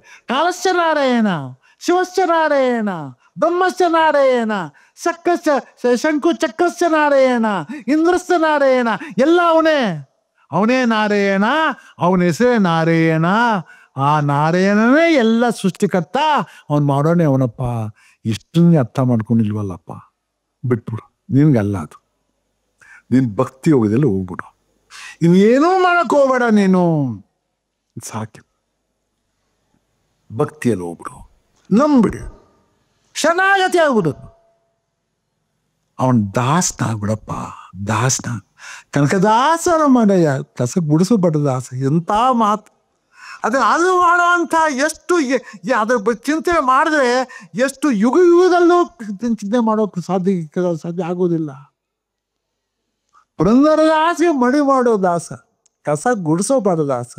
ಅದಕ್ಕೋಸ್ಕರ ಹೇಳ್ತೇನೆ, ಅದು ಹೇಳ್ತಾರೆ, ಅಪ್ಪ ಈ ರೀತಿ ಹೋಗ್ಬಿಟ್ಟು ಹೇಳು, ನೀನು ನಡಿತೀಯಲ್ಲ, ಆ ಒಂದು ನಡಿಗೆ ಏನಿದೆ ಅದನ್ನ ತೋರಿಸ್ಬಿಟ್ರೆ ನಾನು ಆ ದಾಸನಾಗಿರ್ತೇನಪ್ಪ, ಅಷ್ಟೇ ಸಾಕು ನನಗೆ ಅಂತ ಹೇಳ್ತಾ ಹೋಗಪ್ಪ. ಹೋಗ್ ಮಗು, ಹೋಗಪ್ಪ, ಅಹಂಕಾರ ಎಲ್ಲ ಬಿಡು, ಶರಣಾಗತಿ ಆಗಪ್ಪ. ಹೋಗ್ ಮಗು, ಹೋಗಮ್ಮ, ಹೋಗು ಅಂತ ಹೇಳ್ತಾ ಇಷ್ಟನ್ನು ಹೇಳಿ ಭಕ್ತಿ ಯೋಗದಲ್ಲಿ ಶರಣಾಗತಿ ಆಗ್ಬಿಟ್ಟು ಕರ್ಕೊಂಡು ಹೋಗೋಣ. ಅವನು ನಿಮ್ಮನ್ನ ದಾರಿ ತೋರ್ಸೋಣ. ಅವನು ಯಾರೂ ಇಲ್ಲಪ್ಪ, ಅವನೊಬ್ಬನೇ ಅಂತ ಹೇಳಿ ಸಮಯ ಆಗಿದೆ.